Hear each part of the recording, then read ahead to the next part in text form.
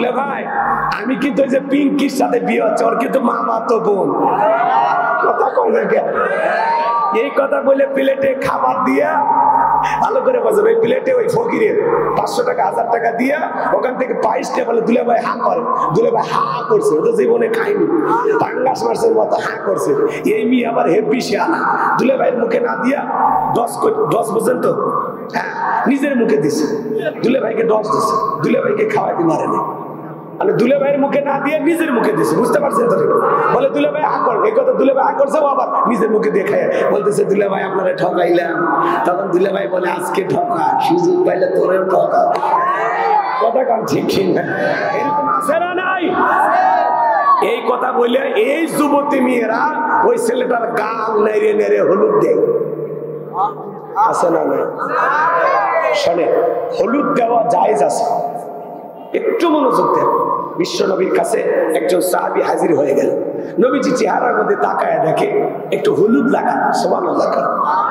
আমার নবীটিকে বলে গতকালকে তোমার মনে বিয়ে হয়েছে তাই না? বলে হ্যাঁ হুজুর। তো হলুদ লাগাইছে কে তোমার? বলে হুজুর আমার স্ত্রী। সুবহানাল্লাহ। নবীজি তখন মুস্কি হাসলেন। সুবহানাল্লাহ বলেন। তার মানে কি ওই সাহাবীর গায়ে তার স্ত্রী হলুদ লাগায় দিয়েছে, আপনার স্ত্রী যদি আপনার গায়ে হলুদ লাগায় দেয় এটা জায়েজ। কথা কয় না?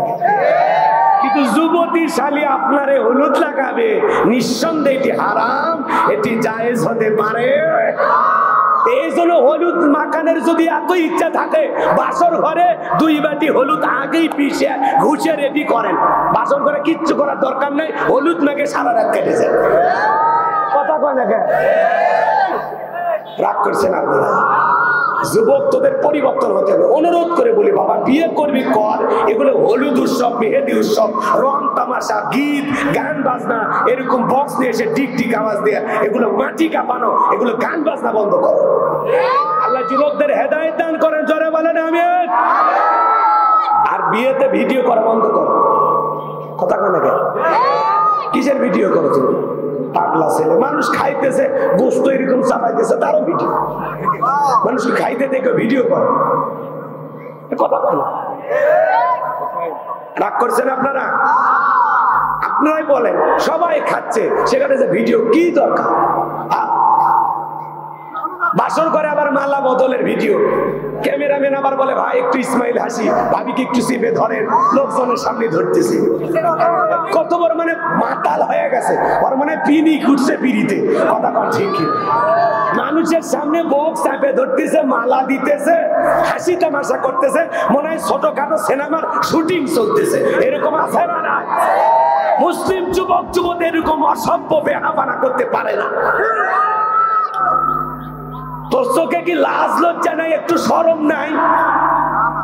বেটা ছেলে যে ভাইরা রাস্তায় দাঁড়িয়েছে, একটু মেহেরবানি করে অনুরোধের ভাষায় বলবো, ভাই একটু বসার জায়গা আছে, আপনার রাস্তায় না বসে যদি একটু প্যান্ডেলের ভিতরে এসে বসতেন ভালো হইত। একটু আসেন, এটা কিন্তু জান্নাতের বাগান, ভুলে গেলে চলবে না। একটু মেহেরবানি করে, রাস্তায় কেউ দাঁড়িয়ে থাকবেন না, সবাই প্যান্ডেলে চলে আসে। আমি সালাম দিয়ে আলোচনা শুরু করছি, আশা করছি সকলে সালামের জবাব জোরে শুরু দেবেন। এর আগের 2-1টি মাহফিলে আপনারা মনে হয় আমার আলোচনা শুনেছেন, তাই না? ওই শুনেছেন জীবনগাছা, পায়রাডাঙ্গা, কোন সূরা মনে আছে? সূরা নাম, সূরা মুমিনুন। মাশাআল্লাহ। আর কই শুনছেন?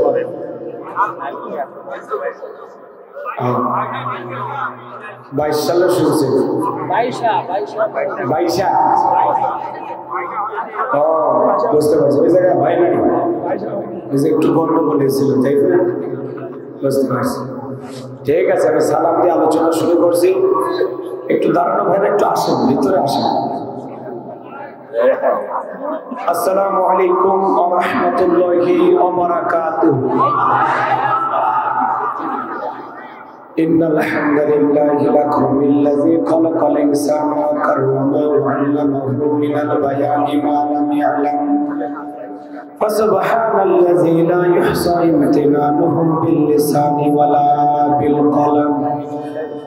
نشهد أن لا إله إلا الله وحده لا شريك له ونشهد أن سيدنا وسندنا وحبيبنا ومولانا محمدا عبده ورسوله الذي أرسله بالحق بشيرا ونذيرا وداعيا إلى الله بإذنه وسراجا وقمرا منيرا فقد قال الله تعالى في كلامه المجيد وفي فرقانه الحميد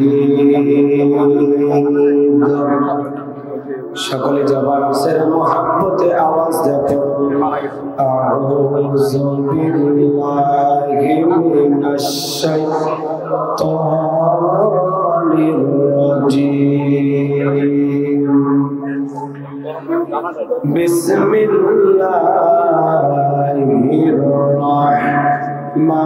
রাহমানির রহিম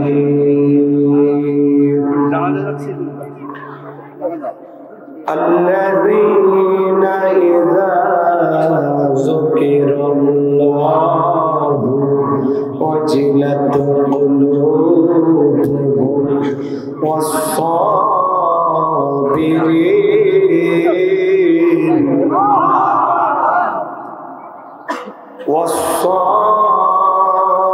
والصابرين على ما أصابهم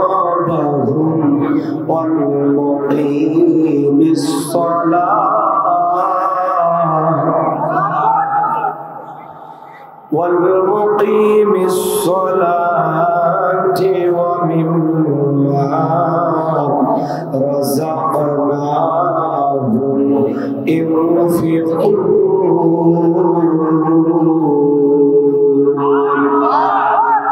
صدقت يا رب العالمين. وعن أبي هريرة رضي الله تعالى عنه قال قال رسول الله صلى الله عليه وسلم الدنيا سجن المؤمن وجنة الكافر رواه مسلم. وقال تعالى في شأن حبيبي إن الله وملائكته يصلون على النبي يا أيها الذين آمنوا صلوا عليه وسلموا تسليما. সকল দরুদ ইব্রাহিম اللهم صل على محمد وعلى آل محمد كما صليت على إبراهيم وعلى آل إبراهيم إنك حميد مجيد. اللهم بارك على محمد وعلى آل محمد كما باركت على إبراهيم وعلى آل إبراهيم إنك حميد مجيد. শুধু ঘোষার অবিচার অন্যায় আর ব্যভিচার নারী ধর্ষণ মানুষ খুনে কাঁদছে বাংলার জমিন। বিদায় হতে চলেছেন নবীজির রক্তে মাখা দিন। সিডি আর টেলিভিশন ইন্টারনেট আর মোবাইল ফোন কেড়ে নিল মানুষের মন। খোদার কালাম লাঞ্ছিত হয়ে কাঁদছে রাতে দিন। বিদায় হতে চলেছেন নবীজির রক্তে মাখা দিন। তবে মানুষ তোমরা মনে রেখো, তবে মানুষ মানুষ তোমরা মনে রেখো, একদিন তোর সোনার শরীর থাকবে না রে আর। মাটির দেহ মাটির মাঝে মিশবে ধুলাই। কিসের টাকা কিসের বাড়ি, ও তুমি কিসের করো জমিদারি, সঙ্গে তোমার কেউ যাবে না পুরুষ কিংবা নারী। বট বৃক্ষে কোন সমাহার কে দিল রে লতার গাছে কদু, মৌমাছিরা কার আদেশে মৌসাকে দেয় মধু। শিমল গাছে কে দিল রে নরম নরম তুলা, চৈত্র মাসে কার আদেশে জমিন মাঝে ধুলা। কে বা হলো দিবারাত্রি দক্ষিণা হিমেল বায়ু, কোথা থেকে পেলি রে তুই তোর জীবনের আয়ু। কে বা দিল তোর মুখে হাসি অতই মধুর কথা, কেমনে রে তুই বুঝতে পারিস আপন জনের ব্যথা। মাঠের তরে কে বিছালো সবুজ শ্যামল ছবি, সকাল বেলায় কেউ উঠাই রে আমি রাঙ্গা রবি। পাখির কণ্ঠে কে দিল রে মিষ্টি মধুর গান, চিন্তা করে দেখো রে মানুষ সবই মহান আল্লাহ তাআলার দান। লা ইলাহা ইল্লাল্লাহ, জোরে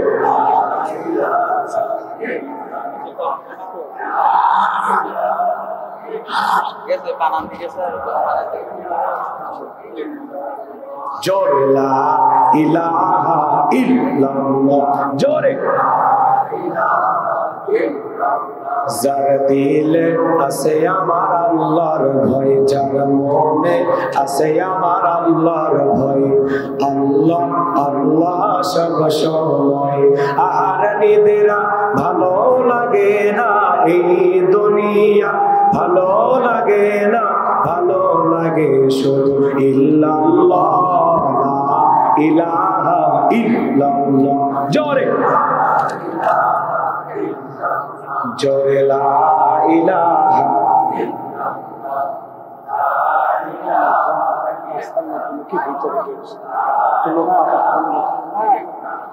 জোরে লা ইলাহা ইল্লাল্লাহ, জোরে। যারা রাস্তায় আছেন ভাই একটু ভিতরে বসেন। লা ইলাহা ইল্লাল্লাহ, লা ইলাহা ইল্লাল্লাহু মুহাম্মাদুর রাসূলুল্লাহ। জবান से একবার কে বলছি সাল্লাল্লাহু আলাইহি ওয়াসাল্লাম। বাংলাদেশের ঐতিহ্যবাহী যশোর জেলার জিগরগাছার থানার অন্তর্গত হাজী আব্দুল মালিক সরদার হাফিজে মাদ্রাসা ও এতিমখানার উদ্যোগে আজকের ওয়াজ মাহফিলের সম্মানিত সুযোগ্য অনারেবল প্রেসিডেন্ট, জাতির শ্রেষ্ঠ সন্তান, বীর মুক্তিযোদ্ধা আলহাজ ডক্টর আফম খলিলুর রহমান সাহেব, আল্লাহ পাক তার গোলামকে হায়াতে তৈয়বা সিয়াতে করিয়ে দান করুন, সকলে বলুন আমিন। আজকের প্রোগ্রামের প্রধান অতিথি বিশিষ্ট রাজনীতিবিদ, সমাজসেবক, সম্মানিত উপজেলা পরিষদের চেয়ারম্যান জনাব মোহাম্মদ মনিরুল ইসলাম সাহেব, আল্লাহ পাক তার গোলামকে হায়াতে তৈয়বা সিয়াতে করিয়ে দান করুন, সকলে বলুন আমিন। আজকের প্রোগ্রামের অন্যান্য অতিথিবৃন্দ আলোচনা রেখে ধন্য করেছেন বিশিষ্ট ইসলামী চিন্তাবিদ, মুফাসসির কোরআন, শ্রদ্ধাভাজন বড় ভাই হাফেজ মাওলানা মোহাম্মদ নুরুল ইসলাম আজাদি সাহেব। আল্লাহ পাক তার গোলামের কণ্ঠ দ্বীনের জন্য, ইসলামের জন্য, কোরআনের ময়দানের জন্য কবুল করুন, সকলে বলুন আমিন। পঞ্চগোষ্ঠীর সম্মানিত ওলামায়ে কেরাম, সামনে বসা পিতৃ সমতুল্য মুরব্বী বাবাজিরা, কলিজার টুকরা প্রান্তিক যুবক ভাইরা, ছোট ছোট সোনামণিকেরা, পর্দার আড়ালের গায়ের সম্মানিত ওয়ালা সরলা আবেদা সালেহা মা ও বোনেরা, প্রশাসনের সম্মানিত পুলিশের ভাইয়েরা, ডিবির ভাইয়েরা, জাতির বিবেক প্রিয় সংবাদের বন্ধুগণ, বিভিন্ন রাজনৈতিক দলের সম্মানিত নেতা কর্মী ভাইয়েরা, সবাইকে আরেকটি বার সালাম দিচ্ছি। আশা করছি সকলে সালামের জবাব জোরে সোরে দেবেন। আসসালামু আলাইকুম ওয়া রাহমাতুল্লাহি ওয়া বারাকাতুহু। আমরা শুকরিয়া আদায় করতেছি সেই মহান মনিবের দরবারে, যারা পাক সুবহানাহু ওয়া তাআলা অত্যন্ত দয়া করে, করুণা করে, মায়া করে, মহব্বত করে, ভালোবেসে, পছন্দ করে, অত্র এলাকা থেকে গুণে গুণে গুণান্বিত করে, যাচাই বাছাই করে, শুধুমাত্র কেবলমাত্র কোরআনুল কারীমের মহব্বতে আজকের মাহফিলে আসার বসার সুযোগ দান করেছেন। সেই মহান রবের দরবারে সিজদাবরত চিত্তে কালেমাত শুকর আদায় করে পড়ছি আলহামদুলিল্লাহ। লক্ষ কোটি দরুদ সালাম মানবতার শ্রেষ্ঠ বন্ধু বিশ্বনবী বিশ্বনেতা যিনি আইয়ামে জাহিলিয়াতের যুগে আগমন করে অসভ্য মানুষগুলোকে সভ্য বানিয়েছেন, অভদ্র মানুষগুলোকে ভদ্র বানিয়েছেন, কোরআন নামের সংবিধান দিয়ে কোরআনের রাজ কায়েম করিয়া সোনালী যুগ পাহাড় নিয়ে মদিনার পাক ভূমিতে শায়িত আছেন। সে রাসূলের প্রতি বলে যে বড় মহব্বত নিয়ে পড়ছি দরুদ সালাম, সকলেই বলুন সাল্লাল্লাহু আলাইহি ওয়াসাল্লাম। সম্মানিত ভাই, আজকের এই প্রোগ্রামে আসতে পেরে বুঝতে পেরে আপনারা খুশি না বেজার? কারা কারা বেজার দুই হাত তুলে দেখান তো দেখি। কি আপনারা বেজার? না বুঝে তুলেছেন তাই না? এই সাইডেও কিছু বসার ব্যবস্থা করেছেন, তাই রাস্তায় আছে ওদেরকে একটু কাছে গেছে, একটু কাছে গেছে। যে ভাইরা চোখে তালে হাত তুললে বলেন তো সব জায়গায় তালে তাল মিলালে বিপদ আছে না? খালি জোশ থাকলে হবে না, জোশের সাথে হুশও থাকা লাগবে। কথা বলে ঠিক কি? আজকের মাহফিল আসতে পেরে বুঝতে পেরে কারা কারা খুশি, মুখে নিয়ে হাসি, আওয়াজ দেবে বেশি। আল্লাহ নামের এমন একটি স্লোগান দেবেন, এলাকায় যদি কোনো ইসলাম বিরোধী উই পোকা, সাপ পোকা, তেরা পোকা থাকে, ওদের কলিজায় যেন কম্পন সৃষ্টি হয় এমন আওয়াজ তুলতে রাজি আছেন যারা? বীর মুসলমানের মতো দুটি হাত টান টান করে তুলে দেখান তো তারা। লিল্লাহি তাকবীর, লিল্লাহি তাকবীর। আল কোরআনের আলো, আল হাদিসের আলো, দুনিয়ার মুসলিম, সারা বিশ্বের মুসলিম। আমার নেতা তোমার নেতা, আমার নেতা তোমার নেতা। লিল্লাহি তাকবীর। আল কোরআনের আলো, আল হাদিসের আলো, দুর্নীতির আলো।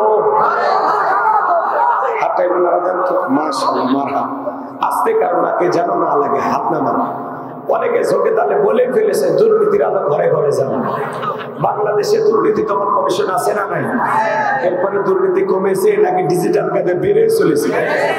দিন যত করাচ্ছে দুর্নীতির পাল্লা তত ভারী হচ্ছে। কথা বলেন ঠিক না? আমরা চাই আমাদের প্রিয় মাতৃভূমি বাংলাদেশ দুর্নীতি মুক্ত আল্লাহ কবুল করেছিল বলে আমিন। আমরা চাই আমাদের বাংলাদেশ যৌতুক মুক্ত আল্লাহ কবুল করেছিল বলে আমিন। আমরা চাই আমাদের বাংলাদেশ মাদক মুক্ত আল্লাহ কবুল করেছিল বলে আমিন। আমরা চাই আমাদের বাংলাদেশ নাস্তিক মুক্ত আল্লাহ কবুল করেছিল বলে আমিন।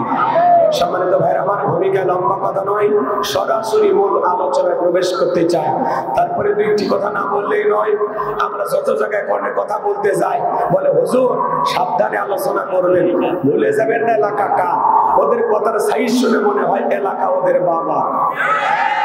আছে না নাই? আওয়াজ দিলে পুরুষের মতো দেবেন, আমি করবো ওয়াজ, আপনারা দেবেন আওয়াজ, জবাব দেবেন ঠিক ঠিক, আলোচনা হবে কমপ্লিট। শ্রদ্ধাদের স্পিরিটে বারে বক্তার হিট, আলোচনা হবে জায়গা মতো ফিট। কিছু আজ প্যান্ডেলে, কিছু আজ অ্যাঙ্গেলে, জ্ঞানী লোকের জন্য ইশারায় যথেষ্ট। কথা বলে ঠিক কি না? অনেক জায়গায় ওয়াজ করতে গেলে বলে হুজুর ওয়াজ যা করবেন করবেন, খবরদার রাজনীতির কোনো আলোচনা করবেন না। আছে না নাই? আপনারাই বলেন তো, আমার বাড়ি কোন জেলা? গাইবান্ধা। গরিব এলাকায় বাড়ি দেখে আমার জেলার নামটা নিতে আপনাদের কষ্ট হচ্ছে। একটু জোরে বলেন আমার বাড়ি কোথায়? গাইবান্ধায়। আমি আসছি কোন জেলায়? যশোর। বিশ্বাস করেন আমি গাইবান্ধা থেকে যশোরে এসেছি শুধুমাত্র পরের কথা বলার আশায়। এছাড়া আমার অন্য কোনো উদ্দেশ্য নাই, কথা বলে ঠিক কিনা? আর গাইবান্ধা থেকে যশোরে এসে রাজনীতি করে আমার কোনো লাভ আছে? আগামী নির্বাচনে এলাকার মহিলা মেম্বার পদে দাঁড়ানোর কোনো চান্স আছে? তাহলে আমি কেন এখানে রাজনীতি করবো? যদি করাই লাগে নিজের জেলা গাইবান্ধাই করবো, কথা বলেন ঠিক কিনা? এই জন্য আপনার টেনশন মুক্ত থাকবেন। আমি আপনাদের কথার সাথে একমত। আমি বাংলাদেশের রাজনীতি কোনো দলের বক্তা না, আমি রাজনীতি কোনো বক্তব্য দেব না। I will not in political art because I am not a leader of any political party. কারণ এখানে সব দলের লোক আছে না নাই? এখানে বসেছেন আওয়ামী লীগ, বিএনপি, জাতীয়বাদী জামাত ইসলাম, জাসদ, মাসদ, চরমানে, আরশদ, জানবেগে, ফুরফুরা, হাফেজের ওলামা নিজামাত, তাবলীগ, পাবলিক, ওলামা লীগ, গণতন্ত্র, গণফোরাম, শিশুসমাজ, বিপ্লবীরা, এলজিবিটি, ডেমোক্রেটিক শক্তি, পিপলস সোসাইটি, 4 দল, 14 দল, 8 দল, 19 দল, 20 দল, ইসলাম বিএনপি, বাংলাদেশ কংগ্রেস যে পর্যন্তই থাক। বাংলাদেশের কত দল? বিপি নুরের আছে গণ অধিকার পরিষদ, তৈমুর চাচা খুলেছিল তৃণমূল বিএনপি। চাচা এখন কান্দে, চাচার হাতে বুলে ধরায় দিয়েছে, কথা ঠিক কিনা? এত দলীয় লোক সেখানে, আমি কি বোকা দলীয় আলোচনা করবো? এই দিক থেকে যদি একটা দলের লোক গুতা মারে, ওই দিক থেকে আর একটা দলের লোক থানায় টেলিফোন করে, আমি হুজুরের অবস্থা ভালো না খারাপ? অতএব আজকের মাহফিলে বাংলাদেশের রাজনীতি নিয়ে কোনো আলোচনা করা হবে না। বলেন, বাংলাদেশের রাজনীতি নিয়ে কোনো আলোচনা করা হবে না। তবে হ্যাঁ, আমি যদি কোনো রাজনৈতিক বক্তব্য দেই, এই পৃথিবীর শ্রেষ্ঠ রাজনীতিবিদ, শ্রেষ্ঠ রাষ্ট্রনায়ক, শ্রেষ্ঠ রাষ্ট্রপতি, শ্রেষ্ঠ সেনাপতি, শ্রেষ্ঠ বৈজ্ঞানিক, শ্রেষ্ঠ দার্শনিক, শ্রেষ্ঠ বাবা, শ্রেষ্ঠ নানাম, শ্রেষ্ঠ আদর্শ, শ্রেষ্ঠ মহামানব রহমাতুল লিল আলামিনের মদিনার আদর্শের রাজনীতির কথা বলবো। আমি যদি কোন রাজনৈতিক বক্তব্য দেই, খলিফাতুল মুসলিমিন, আমিরুল মুমিনিন হযরত ওমর ফারুকের আদর্শের রাজনীতির কথা বলবো। সেই ওমর ফারুক আল্লাহর জমিনে আল্লাহর আইনকে প্রতিষ্ঠিত করতে গিয়ে নিজের কলিজার টুকরা ছেলেকে পর্যন্ত ছাড় দেয় না, কথা বলে ঠিক কিনা? সেই মদিনাওয়ালার আদর্শের রাজনীতির কথা শোনার পর আপনার যেন আবার চুলকে নিয়ে আরম্ভ না হয়। কারণ কোরআন হাদিসের হক কথা সবার পেটে হজম হয়। ছোট্ট বাচ্চা অসুস্থ, বাবা ডাক্তারের কাছে নিয়ে গেছে, ডাক্তার সাহেব কিছু দিতে ট্যাবলেট দিয়েছে খাইতে, ছোট্ট বাচ্চা দিতে ওষুধ না খেয়ে ফেলায় দিয়েছে। এরকম সন্তান আমাদের আছে না নেই?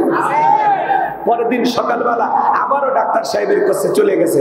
ডাক্তার সাহেব, গতকালকে ট্যাবলেট দিয়েছিলেন দিতে, আমি ছেলের পিতা, বলে না ছেলের কোন কায়দায় ঔষধ খাওয়ায়? বলে উপায় একটাই আছে, সেটা হলো যশোরের ভালো কোনো হোটেল থেকে মিষ্টি কিনেন, মিষ্টি কিনে মিষ্টি একটু ফাঁক করেন, ফাঁক করে ভিতরে ট্যাবলেট ঢুকে দেন, দিয়ে পূর্বের মতো মিষ্টি বানায় ছেলের সামনে খাইতে দেন।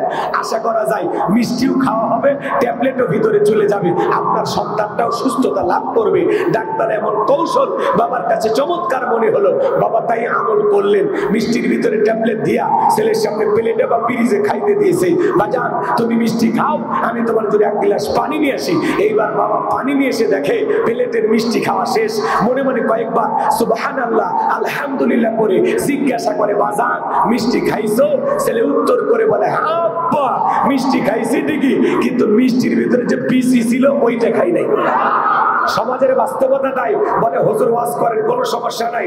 আমরা যখন বলি তিবিয়ানান লিকুল্লি শাই, মানব জীবন পরিচালনা করার জন্য রান্নাঘর থেকে পার্লামেন্ট পর্যন্ত যত নিয়ম নীতি দরকার দিয়েছেন বিশ্ব সরকার, তখন এক শ্রেণীর মুসলমানের কাছে এই কোরআন হাদিসের হক কথা, এই ট্যাবলেট মার্কা আলোচনা সহ্য হয় না। ওরাই তখন আলেমদের বিরুদ্ধে, ইসলামের বিরুদ্ধে ষড়যন্ত্র করে। আপনারাই বলেন তো, সুদ করে সামনে যদি সুদের বিষয় নিয়ে আলোচনা করা হয়, ও কি মিষ্টি এসে বলবে হুজুর হাঁকান একটু মিষ্টি খান, নাকি বলবে এই হুজুর এসে সুদের ওয়াজ কইরা আমার সুদের ব্যবসায় লাল বাতি জ্বালাইছে, কথা বলে ঠিক কিনা? যারা ঘুষ খায়, দুর্নীতি করে, হারাম খায়, ভুড়ি বানাচ্ছে, 26 মাসের গর্ভবতী, ওদের সামনে ঘুষের আলোচনা করে ঘুষি না বেচা। যারা বেনামাজি নামাজ পড়ে আসার খাইয়া পইরা আল্লাহ সিজদা দেয় না, ওদের সামনে নামাজের ওয়াজ করলে ঘুষি না বেচা। যে সমস্ত মা বোনেরা বোরকা পরে না, পর্দা করে না, বুকে ওড়না পর্যন্ত নেয় না, জিন্সের প্যান্ট গেঞ্জি পরে রাস্তা দিয়ে হাইটা যায়, পিছন দিক দিয়ে টাকার মনে দূরে সুগারি গাছ দাঁড়িয়ে আছে, এরকম বেহায়া ব্যাপারটা নারীর সামনে পর্দার আলোচনা করলে খুশি না বেজা। এক কথায় ওয়াজ যদি কারো বিপক্ষে চলে যায়, কিয়ামত পর্যন্ত সে পর্দার উপরে খুশি হবে না, কথা বলে ঠিক কিনা? এই জন্য পরিষ্কার ভাবে একটি কথা বলে দিতে চাই, আজকের আলোচনা মাহফিল কমিটির মতো হবে না, বক্তার মতো হবে না, শ্রোতাদের মতো হবে না। আল্লাহর কোরআন যা বলবে গোলাম রাব্বানি তাই বলবে, এতে কে খুশি কে বেজার ওইটা দেখার টাইম নাই, কথা বলেন ঠিক কিনা? যুগে যুগে নবী রাসূলের দাওয়াতি কাজ করেছেন, তাদের দাওয়াতি কাজেও কাফের বেঈমানরা বাধার প্রাচীর তৈরি করে দিয়েছিলেন। এরপরে আল্লাহর পয়গম্বররা শত বাধার প্রাচীরকে ভেঙে আল্লাহর জমিনে আল্লাহর পথে মানুষকে দাওয়াত দিয়েছেন। কথা বলেন ঠিক কি না? আপনার আমার প্রিয় নবী কালেমার দাওয়াতি দিকে কর্মের প্রচার করতে গিয়ে মার গেছেন, রক্ত দিয়েছেন, দান্দার মোবারক শহীদ হয়ে গেছেন, লোহার টুপি মাথার পিঠে ঢুকে গেছেন। সাহাবায়ে কেরাম দ্বীনকে প্রতিষ্ঠিত করতে গিয়ে মার গেছেন, রক্ত দিয়েছেন, জীবন দিয়েছেন। ও বাংলার মুসলমান, 1971 সালে এদেশের মাটির জন্য, এদেশের স্বাধীনতার জন্য আপনার আমার পূর্বপুরুষেরা যদি রক্ত দিতে পারেন, জীবন দিতে পারেন, প্রয়োজন যদি হয় আল্লাহর জমিনে আল্লাহর দ্বীনকে প্রতিষ্ঠিত করতে গিয়ে, কর্মের সমাজ কায়েম করতে গিয়ে নবীদের মতো সাহাবায়ে কেরামদের মতো বুকের তাজা রক্ত দিতে হয়। কারা কারা দিতে রাজি? দুই হাত তুলে আল্লাহকে রাখা। লিল্লাহে তাকবীর। হাত টান টান করে তোলেন, সোজা করেন, হাত সোজা করেন। ওই যে মাঝে মাঝে হাত ব্যাকা করে তুলেছেন, দুই হাত সোজা করার শক্তি নাই। আপনি পুরুষ মানুষ, দুধ ডিম ভিটামিন ক্যালসিয়াম মাঝে মাঝে কিনে খাবেন, একেবারে দুর্বল হলে চলতে পারবেন না। হাত সোজা করেন, একটা তাকবীর দেন, লিল্লাহে তাকবীর। সোজা করেন। আমার আল্লাহ রাব্বুল আলামিন বলেন, ইন্নাল্লাহা আশতারা মিনাল মুমিনিনা আনফুসাহুম ওয়া আমওয়ালাহুম বিআন্না লাহুমুল জান্নাহ। সূরা তাওবার 111 নম্বর আয়াতে আল্লাহ পাক জানায়া দিলেন, নিশ্চয়ই মুমিন মাতাদের জান মাল আমি আল্লাহ ক্রয় করে নিয়েছি, বিনিময়ে দেব জান্নাত। বলুন সুবহানাল্লাহ। তাহলে বলেন তো বাজান, আপনার আমার জীবনের মালিক কে? এই যশোরের যুবকেরা ভালো করে বলো তো, এই জীবনের মালিক কে? প্রেম করবা আর পার্কে নিয়ে যা প্রেমিকাকে ডায়লগ দিবা, এ জীবন তোমার, তুমি শুধু আমার। ওরে হাইব্রিড যুবক, এই জীবনের মালিক কে? আপনার আমার সম্পদের মালিক কে? আল্লাহর দেয়া জীবন, আল্লাহর দেয়া সম্পদ আল্লাহর পথে খরচ করতে রাজি আছেন তো মুসলমান? রাজি আছেন তো ইনশাআল্লাহ? রাজি আছেন তো ইনশাআল্লাহ? বাম হাত নামান, শুধু ডান হাত তুলে রাখেন। আল্লাহ রাব্বুল আলামিন বলেন, ইল্লা আসহাবাল ইয়ামিন ফি জান্নাতি ইয়াতাসাআলুন। সূরা মুদ্দাসিরের ভিতরে আল্লাহ পাক জানায় দিলেন, ডানপন্থী যারা জান্নাতের বাগানে থাকবে তারা। বলেন সুবহানাল্লাহ। কোনো কথা হবে না। কিছুক্ষণ আগেই বললেন হুজুর জীবন দিতে রাজি, রক্ত দিতে রাজি। আপাতত জীবন রক্ত দুইটার কোনোটাই দেয়া লাগবে না। ডান হাতটা পকেটের ভিতর ঢুকে দিয়া যে যা পারেন, যতটুকু পারেন এই মাদ্রাসার জন্য প্রাণ ভরে দান করবেন, এতিমখানা বাচ্চাদের জন্য প্রাণ ভরে দান করবেন। কয়েকজন হাফেজের মাথায় সম্মানের পাগড়ি পরায় দিলাম, তাদের মহব্বত ভালোবাসে, সবাই দান করবেন। সোজা ডান হাত নিজের পকেটে দেন, অন্য কারো পকেটে হাত দিয়ে পকেট মেরে বলে মার খেন না। সবাই পকেটে হাত দেন, আমিও দিচ্ছি, দেন সবাই পকেটে হাত দেন। ছেলে পেলে যারা আছো, ব্যাগ নিয়ে, রুমাল নিয়ে, চাদর নিয়ে, যার কাছে যা আছে তাই নিয়ে মাঠে নামো, খেলা হবে, খেলা হবে। সবাই যাচ্ছে, সবাই একটু মেহরবানি, কই আপনারা লোকজন কই? সবাই পকেটে হাত দেন, সবাই পকেটে হাত দেন। আল্লাহ সবাইকে দেওয়ার তৌফিক দান করুন। জোরে বলেন আমিন। 2-1 মিনিটের মধ্যে তাড়াতাড়ি দেন, তাড়াতাড়ি দেন। যারা 5-10 হাজার 1-2 লাখ টাকা দেবেন আমার হাতে দেন, আমি মুসাফির দিল থেকে দোয়া করে দেবো। আসেন দরবের ভাইরা আমার, তাড়াতাড়ি আসেন, তাড়াতাড়ি আসেন। ছেলে পেলে ব্যাগ নিয়ে, রুমাল নিয়ে, কই কি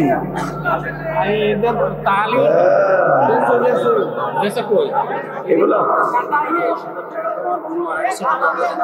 স্বেচ্ছাসেবক কই আপনাদের? তাড়াতাড়ি ভিতরে পাঠাতে, মহিলা পেটে লোক পাঠায় দেন। আমার মা বোন যারা বসেছেন, মা আপনারা প্রাণ ভরে দান করবেন এই মাদ্রাসার জন্য। আমি জানি যশোরের মা বোনদের দিল খুবই নরম, তারা অনেক ভালো। আল্লাহ মা বোনদেরকে বেশি করে দান করা তৌফিক দান করুন। জোরে বলেন আমিন। সবাই একটু প্রাণ করে দেন, সবাই পকেটে হাত দেন, আল্লাহর হস্তে দান করেন। সবাই একটু প্রাণ করে দান করেন, সবাই পকেটে হাত দিয়ে 10, 20, 50, 200, 100, 500, 2000, 5000, 10,000, 1 লাখ, 2 লাখ, 5, 6 লাখ যা পারেন দেন। আল্লাহর হস্তে পকেটে হাত দিয়ে প্রাণ ভরে টাকা বের করে দেন। খবরদার কেউ যেন বিড়ি ম্যাচ দিন না। 2014 সালে বাস করতে গেছিলাম রংপুর তারাগঞ্জ, ওই জায়গায় কালেকশন চলতেছিল। 2 প্যাকেট বিড়ি দিয়ে লেগে দিয়েছে 1 প্যাকেট মাহফিল কমিটির, আর 1 প্যাকেট বক্তা। কত বড় শয়তান ছিল। জামতলা 1000 টাকা দিয়ে তার স্ত্রী মারা গেছে। আব্দুল হাই জামতলা বাড়ি, স্ত্রী মারা গেছে, দোয়া চেয়েছেন, নগদ 1000 টাকা জোরে বলেন মারহাবা। আল্লাহ তাআলা তার প্রিয়তম স্ত্রী কবরকে জান্নাতের বাগান বানায় দেন, দুনিয়া আখিরাতে ইজ্জত সম্মান বানায় দেন। জোরে বলেন আমিন।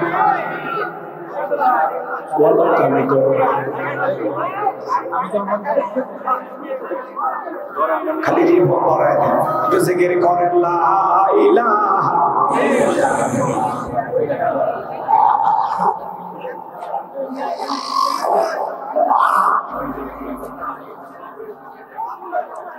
জোরে লা ইলাহা ইল্লাল্লাহ, জোরে। ভাই আমার হাতে দেওয়ার মতো কেউ নাই। 500,000 টাকা 2, 4, 5, 10,000 টাকা দেবেন এমন ব্যক্তি কেউ নাই। আসেন ভাই 500,000 টাকা দেন, আমি মুসাফির দিল থেকে দোয়া করে দেব, আল্লাহ যেন বিশ্ব নবীর সাথে একই জান্নাতে কবুল করেন। জোরে বলেন আমিন। নবীর ঘর মাদ্রাসার জন্য কি নাম ভাই? আব্দুল হালিম ভাই, তার বোন মারা গেছে, নাকি বোন মারা গেছে, তার রুহের মাগফিরাত কামনায় আব্দুল হালিম ভাই 10,000 টাকা। জোরে বলেন মারহাবা, লিল্লাহি তাকবীর। আল্লাহ তাআলা আব্দুল হালিম ভাইয়ের দানটা কবুল করেন, বড়দের শামিল করেন। তার বোন অন্ধকার কবরে চলে গেছে, তার বোনের কবর জান্নাতের বাগান বানায় দেন। জোরে বলেন আমিন, আরো জোরে বলেন আমিন। দেন বড় ভাই কি নাম? রফিকুল ইসলাম পানিসারা, রফিকুল ইসলাম পানিসারা, নগদ 3,000 টাকা। জোরে বলেন মারহাবা, লিল্লাহি তাকবীর। আল্লাহ তাআলা রফিকুল ইসলাম না বাপের মেরামত করছে একখান কাম, দুনিয়া আখিরাতে ইজ্জত সম্মান বাড়ায় দেন। জোরে বলেন আমিন। হাসানুজ্জামান পানিসারা করছে বাবা কাম সারা, বাবা মারা গেছে, তার রুহের মাগফিরাত কামনা। আপনার সন্তান এখানে পড়ে, মারহাবা কহ। হাসানুজ্জামান শেখ আল্লাহর বান্দা, নগদ 1,000 টাকা। জোরে বলেন মারহাবা। আল্লাহ দানটা কবুল করেন, বড়দের শামিল করেন, এদের লক্ষ লক্ষ টাকার মালিক বানায় দেন, দুনিয়া আখিরাতে ইজ্জত সম্মান বানায় দেন। জোরে বলেন আমিন। আসে আসে দরদির আমার দিয়া ধর বসে মন, কেড়ে নিতে কতক্ষণ, নদীর কোলে ভাই কোলে পড়ে। এই তো নদীর খেলা, সকালবেলা টাকা বলা তুই, ফকিরি সন্ধ্যাবেলা, দান করিলে মাল কমে না, নেকির পাল্লা হয় ভারী, গুনাহ কাদা মাফ করে দিয়া আল্লাহ জান্নাতে বানায় দিও ঘর বাড়ি। জোরে বলেন আমিন। ভাই 2-1 মিনিটের মধ্যে 500,000 টাকা যারা দিবেন মুসাফিরের হাতে একটু নিয়ে আসেন ভাই, দিল থেকে দোয়া করে দেবো। আসেন, আল্লাহ যেন বিশ্ব নবীর সাথে একই জান্নাতে কবুল করেন। কত টাকা পয়সা দুনিয়ার পিছনে আমরা ব্যয় করি, বিড়ি সিগারেট খাই, মাসে 5-10,000 টাকা খরচ হয়। দেন না বাজান, সবাই দেন। ছেলে পেলে ব্যাগ নিয়ে গেছে, সবাই প্রাণ ভরে দেন। রাস্তায় যারা দাঁড়িয়ে আছে তাদের কাছে টাকা নেন, রাস্তায় যারা দুতলায় বসে আছে ওনাদের কাছে নেন, জি ওনাদের কাছেও নেন। মহিলা পেটের লোক পাঠাইছেন, মহিলা পেটের লোকজন পাঠায় দেন, তাড়াতাড়ি তাড়াতাড়ি, সময় কম, খুব দ্রুত গতি। কিনা আব্দুল সুবহান 500 টাকা। জোরে বলেন মারহাবা, লিল্লাহি তাকবীর। এই যে ব্যাগ এখানে করেন, এক জায়গায় করেন, জি যারা কালেকশন করতেছেন ব্যাগগুলো মঞ্চে পাঠায় দেন, দেন দেন এখানে দেন, এখানে দেন। মশিয়ার মালম জি 1000 এদিকে দেখেন, মশিউর রহমান মালঞ্চি, আল্লাহর বান্দা, নগদ 1,000 টাকা। জোরে বলেন মারহাবা। অনেকে 500 টাকা, একজন 500 টাকা, আরেকজন 500 টাকা। আল্লাহ কবুল করেন। জোরে বলেন আমিন। আসেন আসেন দরদিরা আমার, দিয়া ধন বসে মন, কেড়ে নিতে কতক্ষণ, নদীরে কোলো ভাঙা কোলো করে। এই তো নদীর খেলা, সকালবেলা টাকাওয়ালা তুই, ফকিরি সন্ধ্যাবেলা। সবাই প্রাণ ভরে দান করে, সবাই একটু মহব্বত ভালোবাসায় দান করে, দিনই প্রতিষ্ঠানে মহব্বত। জি জি সবাই একটু মেহরবানি করে দেন। আল্লাহ সবাইকে দান করে, তৌফিক দান করে। জোরে বলুন আমিন। ভাই আর দেওয়ার মতো কেউ নেই, 500,000 টাকা। আসেন আসেন, এই কোরআনের প্রতি আপনাদের ভালোবাসা আছে না নাই? আল্লাহর কোরআনকে কারা কারা ভালোবাসেন একটু হাত তুলে তো দেখি। লিল্লাহি তাকবীর, লিল্লাহি তাকবীর। কোরআনকে ভালোবাসার বিনিময়ে আল্লাহ তাআলা আপনাদেরকে জান্নাতি হিসেবে কবুল করেন। জোরে বলেন আমিন। কোরআনের সুপারিশ আল্লাহ ভাগ্যে জুটায় দেন। জোরে বলেন আমিন। আমার ভাইয়েরা 2-1 মিনিটের মধ্যে আল্লাহর কোরআনকে মহব্বত করে ভালোবেসে রুহুল আমিন 1000 টাকা, রুহুল আমিন ভাই 1000 টাকা আল্লাহ কবুল করেন। জোরে বলেন আমিন। ভাই আমি মুসাফির আপনাদের জন্য দিল থেকে দোয়া করে দেব, বিশ্ব নবীর সাথে আল্লাহ যেন একই জান্নাতে কবুল করেন। কোরআনের সুপারিশ আল্লাহ যেন ভাগ্যে জুটায় দেন। সোনার মক্কা মদিনা না দেখাইয়া আল্লাহ যেন মৃত্যু না দেয়। আমি মুসাফির তাহাজ্জুদ পড়ে ওই 30 জন বান্দার কথা স্মরণ করে আল্লাহর কাছে দোয়া করব। বলেন তো কোরআন কয় পারা? 30 পারা। এই 30 পারার জন্য এক এক পারার জন্য 1000 করে টাকা। 30 জন আল্লাহর বান্দা কে কে দেবেন? আমি মুসাফির দিল থেকে দোয়া করে দেব, আল্লাহ যেন বিশ্ব নবীর সাথে একই জান্নাতে কবুল করেন। কোরআনের সুপারিশ ভাগ্যে জোটায়া দেন। সোনার মক্কা মদিনা না দেখাইয়া আল্লাহ যেন মৃত্যু না দেয়। মুসাফির আমি আপনাদের জন্য দোয়া করব। কে কে আছেন এক পারার জন্য 1000 করে টাকা? হাত তোলেন। প্রতিপক্ষের ভাইরা যাবে, নামগুলো লিখে দেবেন। মনসুর ভাই এক পারার জন্য 1000 টাকা আল্লাহ কবুল করেন, জোরে বলেন আমিন। আল্লাহ তার হায়াত বাড়া দেন, জিন্দেগির গুনাহগুলো মাফ করে দেন, জোরে বলেন আমিন। এবার 2 নম্বর পারা আল্লাহর কোরআনকে ভালোবেসে, কোরআনের মহব্বতে। কি নাম ভাই? কি নাম? আব্দুল মান্নান ভাই। তার কই নাম লেখছে আব্দুল মান্নান ভাই। দ্বিতীয় পারা আল্লাহ কবুল করেন, কোরআনের সুপারিশ ভাগ্যে জোটায় দেন। 3 নম্বর পারা আল্লাহর কোরআনকে ভালোবেসে কে আছে যে হুজুর আমি দেবো ইনশাআল্লাহ। কি নাম ভাই? হ্যাঁ, মাহবুবুর রহমান। আল্লাহর কোরআনকে ভালোবেসে 3 নম্বর পারার জন্য 1000 টাকা আল্লাহ কবুল করেন, জোরে বলেন আমিন। আর কে আছে 4 নম্বর পারা আল্লাহর কোরআনকে ভালোবেসে, কোরআনের মহব্বতে মুসাফির আপনার জন্য দোয়া করবো বাজান। কি নাম বলেন? কত টাকা পয়সা কত দুনিয়াতে খরচ হয়ে যায় ভাই। কি নাম? হাশেম আলী তরকারি বাজার। আল্লাহ কবুল করেন, জোরে বলেন আমি। 4 নম্বর পারা হয়ে গেছে। 5 নম্বর পারা আল্লাহর কোরআনকে ভালোবেসে ভাগ্যবান ব্যক্তিকে হাত তোলেন, হাত তোলেন। সোনার ভাই আমার, কলিজার ভাই আমার, হাতটা তোলেন। কি নাম বলেন? একটা 1000 টাকা। 5 নম্বর পারা আল্লাহর কোরআনকে ভালোবেসে। কি নাম? বোরহান। 1000 টাকা মাদ্রাসায় পড়ে। মাশাআল্লাহ বোরহান। 5 নম্বর পারার জন্য 1000 টাকা আল্লাহ কবুল করেন, জোরে বলেন আমিন। 6 নম্বর পারার জন্য 1000 টাকা আল্লাহর কোন বান্দা খুব দ্রুত দিলে দেন, না দিলে আলোচনা চলে যাবে, আর কষ্ট দেব না। কি নাম বলেন? কি নাম ভাই? হাতটা তোলেন। শোনো ভাই, দুনিয়ার সম্পদ টাকা পয়সা দুনিয়াতে পড়ে থাকবে, একটু দিলটা নরম করে। সিরাজুল সারের দোকান 1000 টাকা। 6 নম্বর পারা হয়ে গেছে, আল্লাহ কবুল করেন। 7 নম্বর পারার জন্য 1000 টাকা আল্লাহ কোন বান্দা 1000 টাকা দেন। শোনা ভাই আমার দেন। অনেক ফুলের চাষ আপনারা করেন, কোটি কোটি টাকা ফুল বিক্রি করলেন 14 ফেব্রুয়ারিতে। বাংলাদেশে প্রায় 300 কোটি টাকার উপরে ফুল বিক্রি হয়েছে। এই টাকাগুলো গেল কোথায়? সবাই একটু প্রাণ করে দেন। গরম আছে ভাই? আছে?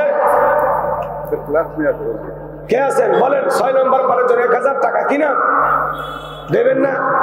বাংলাদেশের এমন কোন জেলা নাই যে জেলায় 30 জন চাইলে পাই নাই। আপনাদের এখানে পাবো কিনা আল্লাহ জানে। আল্লাহর কোরআনকে ভালোবেসে রসুলের সুপারিশ ভাগ্যে জুটবে, আমি দোয়া করবো ভাই। ওই যে চাচা মিয়া। কি না? হ্যাঁ, আতিয়ার রহমান। বাসা কোথায়? আচ্ছা, আপনারা চিনেন না? ওনার বাসা কোথায় দেখেন হুজুর। 1000 টাকা 6 নম্বর পারার জন্য আল্লাহ কবুল করেন। 7 নম্বর পারা মরহুম হাজী নূর বক্সের ছেলে। মরহুম হাজী নূর বক্সের ছেলে 1000 টাকা এক পারার জন্য 7 পারা হয়ে গেছে, আল্লাহ কবুল করেন, জোরে বলেন আমিন।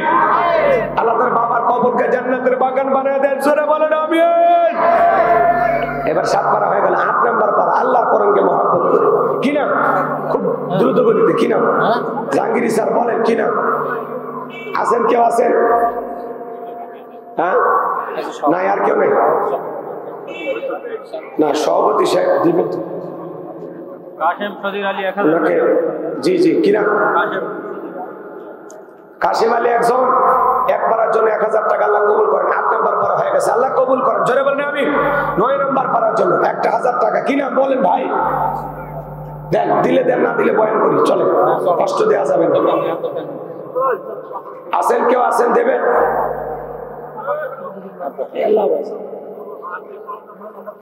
না না, মাগরিব পর্যন্ত। 9 নম্বর পারার জন্য রফিকুল ইসলাম বাকরা 1000 টাকা আল্লাহ কবুল করে, জোরে বলেন আমিন। 10 নম্বর পারার জন্য যান। কি না ভাই? মোহাম্মদ জিয়াউর রহমান, আল্লাহ কবুল করেন, জোরে বলেন আমিন। যাক, 10 নম্বর পারার জন্য 1000 টাকা ভাই। 1000 না, 500 করে দেন, 500 করে দেন।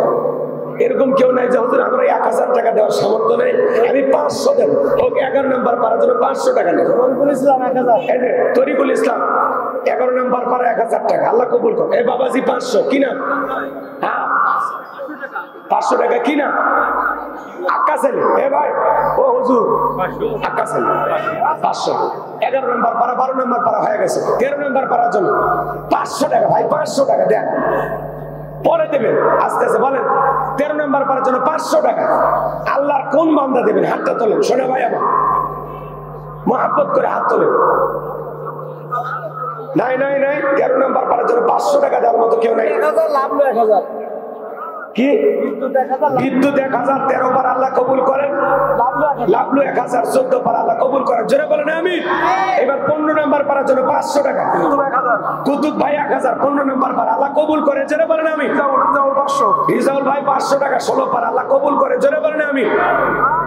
ভাই কিনা ওই যে টাকা দেবেন নিয়ে আসেন, নিয়ে আসেন 17 নম্বর পারার জন্য। মঈনুদ্দিন সর্দার 2 পারার জন্য, তাহলে 17 18 হয়ে গেছে, আল্লাহ কবুল করেন, জোরে বলেন আমিন। আল্লাহ তার হায়াত বাড়া দেন, জিন্দেগির গুনাহগুলো মাফ করে দেন, জোরে বলেন আমিন। 19 আর 20 নম্বর পারার জন্য 500 টাকা 1000 টাকা যা খুশি দেন, বলেন 19 আর 20 কি না? এই যে ভাই 19 পারার জন্য নিয়ে আসে বাবা, নিয়ে আসে তাড়াতাড়ি, আল্লাহ কবুল করে, জোরে বলেন আমিন। 19 পারা হয়ে গেছে, 20 পারা হয়ে গেছে, আলহামদুলিল্লাহ, আল্লাহ কবুল করে। আর কেউ আছে 21 পারার জন্য 500 টাকা, মাত্র 500 দেন, নবীর ঘর মাদ্রাসায় দেবেন, একটু মহব্বত আর ভালোবাসায় দিলটা নরম করে। দরদের ভাইয়ের আমার কেউ আছেন?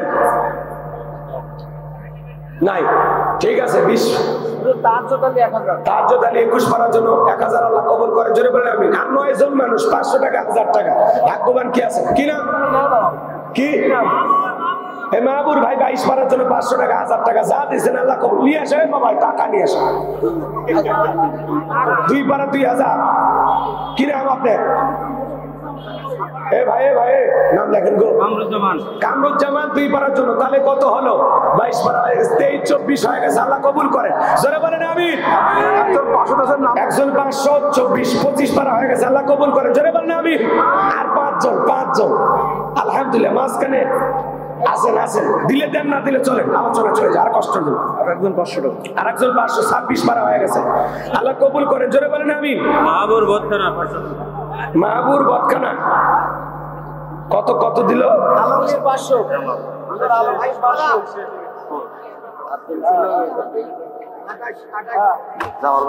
হ্যাঁ 26 27 জামালউদ্দিন 1500, আচ্ছা আল্লাহ কবুল করেন। 27 পারা 28 পারা হয়ে গেছে, সাদিকুর রহমান 29 পারা হয়ে গেছে, আল্লাহ কবুল করেন। আর একজন শের ভালো যার সব ভালো যার ভাগ্যবান 30 পারার জন্য 1000 টাকা, ওই যে হাত তুলছে, ওই যে ভাইও হাত তুলছে, উনিও 30 পারা, ও আল্লাহ কবুল করেন। কেরামত 500 আল্লাহ কবুল করেন। ভাই আমার 30 পারা 1000 টাকা, আল্লাহ কবুল করেন, জোরে বলেন। এনামুল কামার পারা 30 পারা জন্য 1000, আল্লাহ কবুল করেন, জোরে বলেন আমিন। এরপরে আপনাদের মাদ্রাসা আপনারা লিখে দেন, ভাই সময় খুব কম, এখন 4টে বাজে 5টা পর্যন্ত আলোচনা হবে। 45-এ নামাজ না, 4:45-এ নামাজ, আজকে একটু 5টায় পড়ুন, 15 মিনিট কম বেশি, ঠিক আছে তো ইনশাল্লাহ? নড়াচড়া কেউ করবে না, 1 ঘন্টা আছে, আসলে একটু এলোমেলো হয়ে গেছে, কি করবেন? আমি তো টাইম মতোই আসছি, আমি 1:45-এ এলাকায় আসছি, কথা কি বুঝতে পারছেন? একটু আগে ভাগে দিলে, লম্বা সময় পাইলে আলোচনা ভালো হয়, তাড়াহুড়ো করে ওয়াজ হয় না, কথা কি বুঝতে পারছেন? আর দিনের বেলা একটু এলোমেলো হয়, মানে নিন, এটা নফল। রাতের বেলায় মাহফিল করে শান্তি, কথা বোঝেন নাই? এই যে গতকালকে তালায় আমি মাহফিল করলাম রাতের বেলায় সাতক্ষীরায়, 2.5 ঘন্টার মতো কথা বলেছি, রাত তো কারো বাবার না, কথা বোঝেন নাই? 10:30টায় তুলে দিয়েছে, আমি 1টায় ছেড়ে দিছি, তাহলে কত? 2.5 ঘন্টা। তো এই জন্য সময় রাতের বেলায় ভালো, নিয়ে আসেন, কে কয় আসবে? সবটা দিনের বেলায় যশোরে ভালো, আপনারা দিনের বেলায় ভালো, যশোরে বেশিরভাগ দিনের বেলায় মাহফিল হয়, এটা একটা ঐতিহ্য হয়ে গেছে, তাই না? এটাই ভালো, রাতের বেলা অনেক ব্যস্ততা থাকে, ঠিক আছে? আর কথা বলা হলো, টাকাগুলো নেন ভাইয়া, টাকাগুলো এক জায়গায় নেন। না আমি আর না,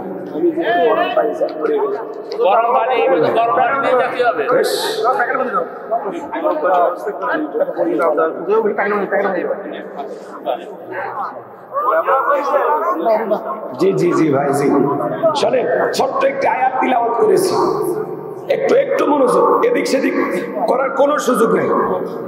আমি আপনাদের সামনে একটি আয়াতে কারিমা তিলাওয়াত করেছি, কোরআনুল কারীমের 22 নাম্বার সূরা, সূরার নাম হজ। বলে তো কি না? বললেন না, সময় আছে, আপনি নিতে থাকেন, বুঝেন?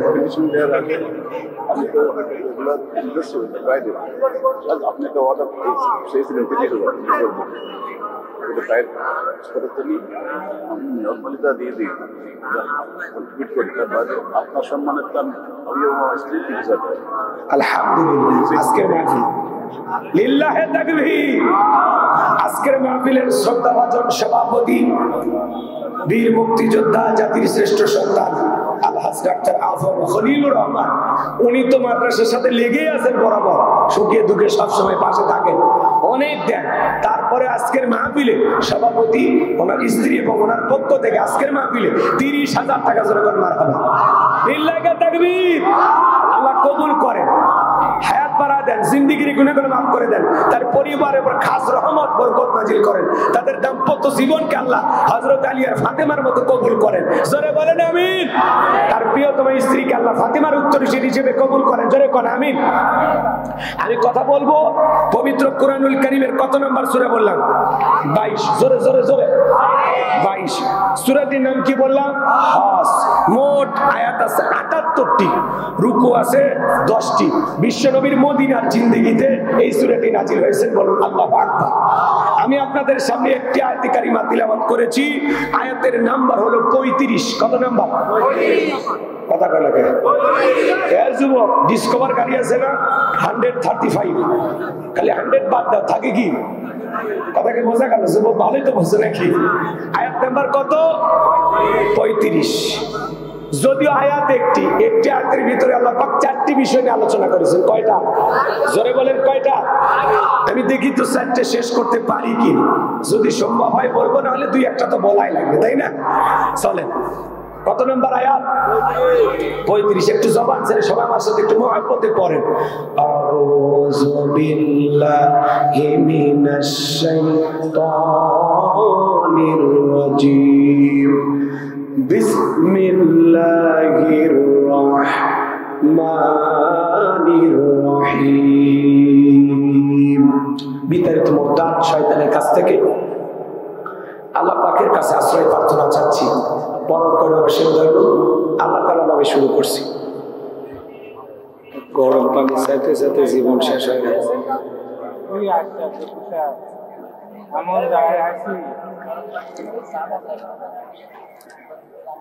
আনার আগে কবিতা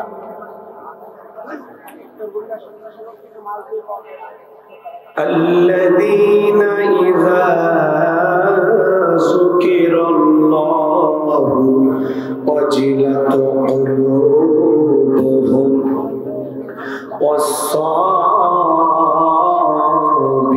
والصابرين على ما أصابهم والمقيم الصلاة ومما رزقناهم ينفقون।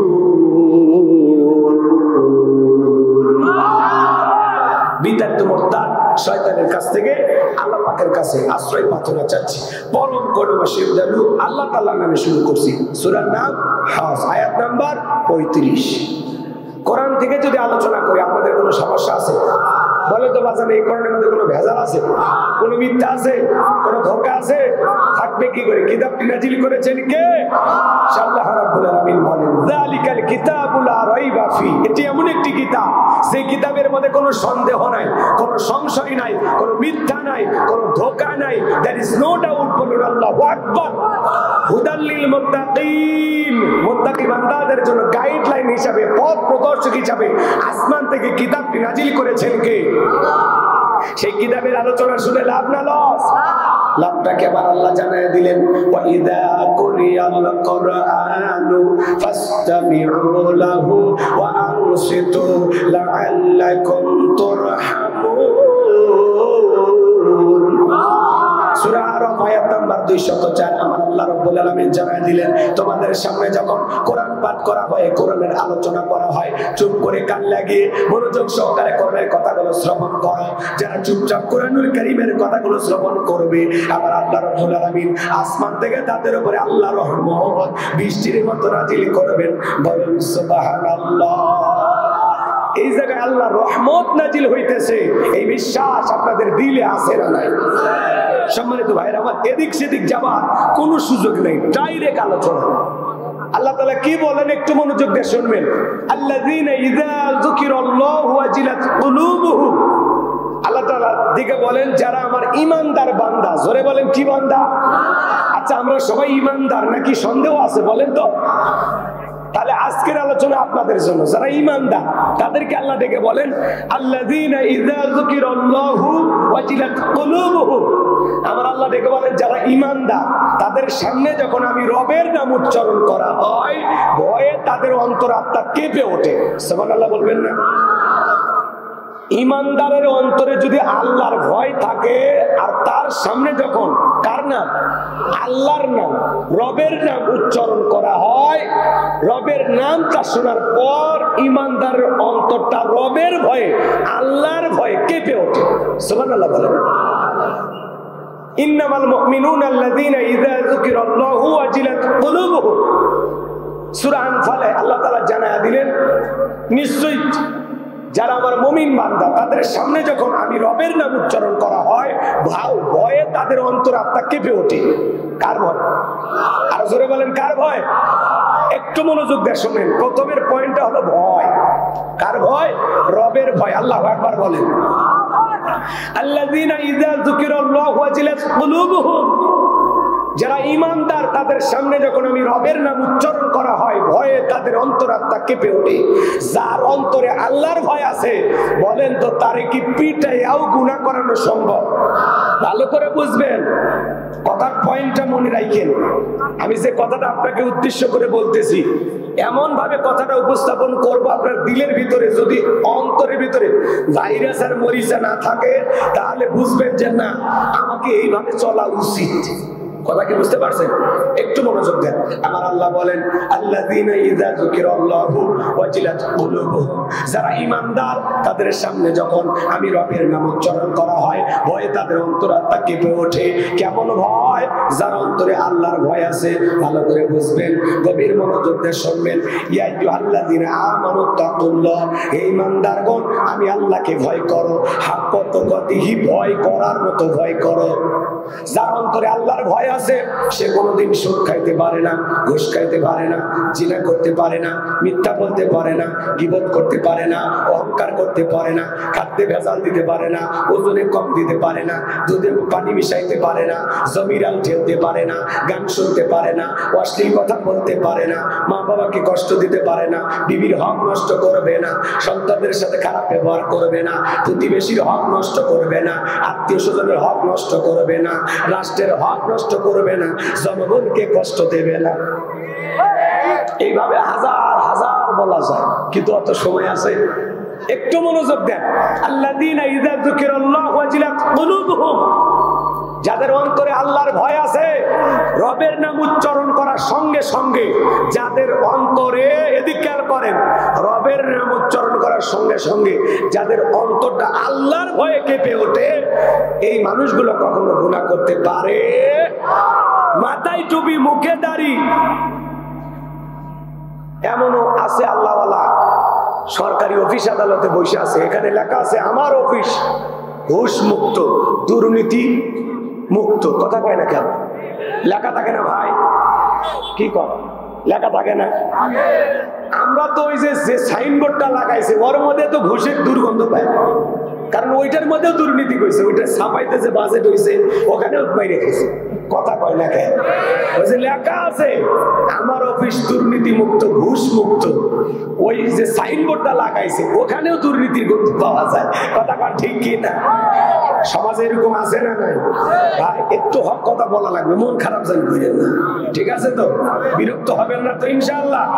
যাদের অন্তরে আল্লাহর ভয় আছে সরকারি কর্মকর্তা অফিসে বসে আছে, আরে টাকা ফাইল ছাড়া নিচতলা থেকে উপরতলা যায় না, এমন অফিস এই দেশে না থাকলে ভারতে আছে না? কথা কর না ভাই? দেশের বাজে 12টা ওদের হয় ভুরি মোটা, দেশের বাজে ভুরি মোটা, এ দেশের ওরাই নেতা, এ দেশের ওরাই হোতা, সত্য কথা নাই বলিবার, চারিদিকে দেখি শুধু অন্ধকার, চারিদিকে দেখি শুধু অন্ধকার। আছে না নাই? রাগ করতেছেন মনে হয়? আল্লাহর ভয় ভালো করে বুঝবেন বাজান গো আমার। আল্লাযীনা ইযা যুকিরাল্লাহু ওয়াজিলাত কুলুবুহুম, যারা ঈমানদার বান্দা তাদের সামনে যখন আমি রবের নাম উচ্চারণ করা হয় ভয়ে তাদের অন্তরাত্মা কেঁপে ওঠে। যাদের অন্তরে আল্লাহর ভয় আছে তারা কখনো গুনাহ করতে পারে? জোরে বলেন পারে। খাদ্যে ভেজাল দিতে পারে না, ওজনে কম দিতে পারে না, মানুষকে ঠকাইতে পারে না, মানুষের সাথে প্রতারণা করতে পারে না। কথা বলে ঠিক কিনা?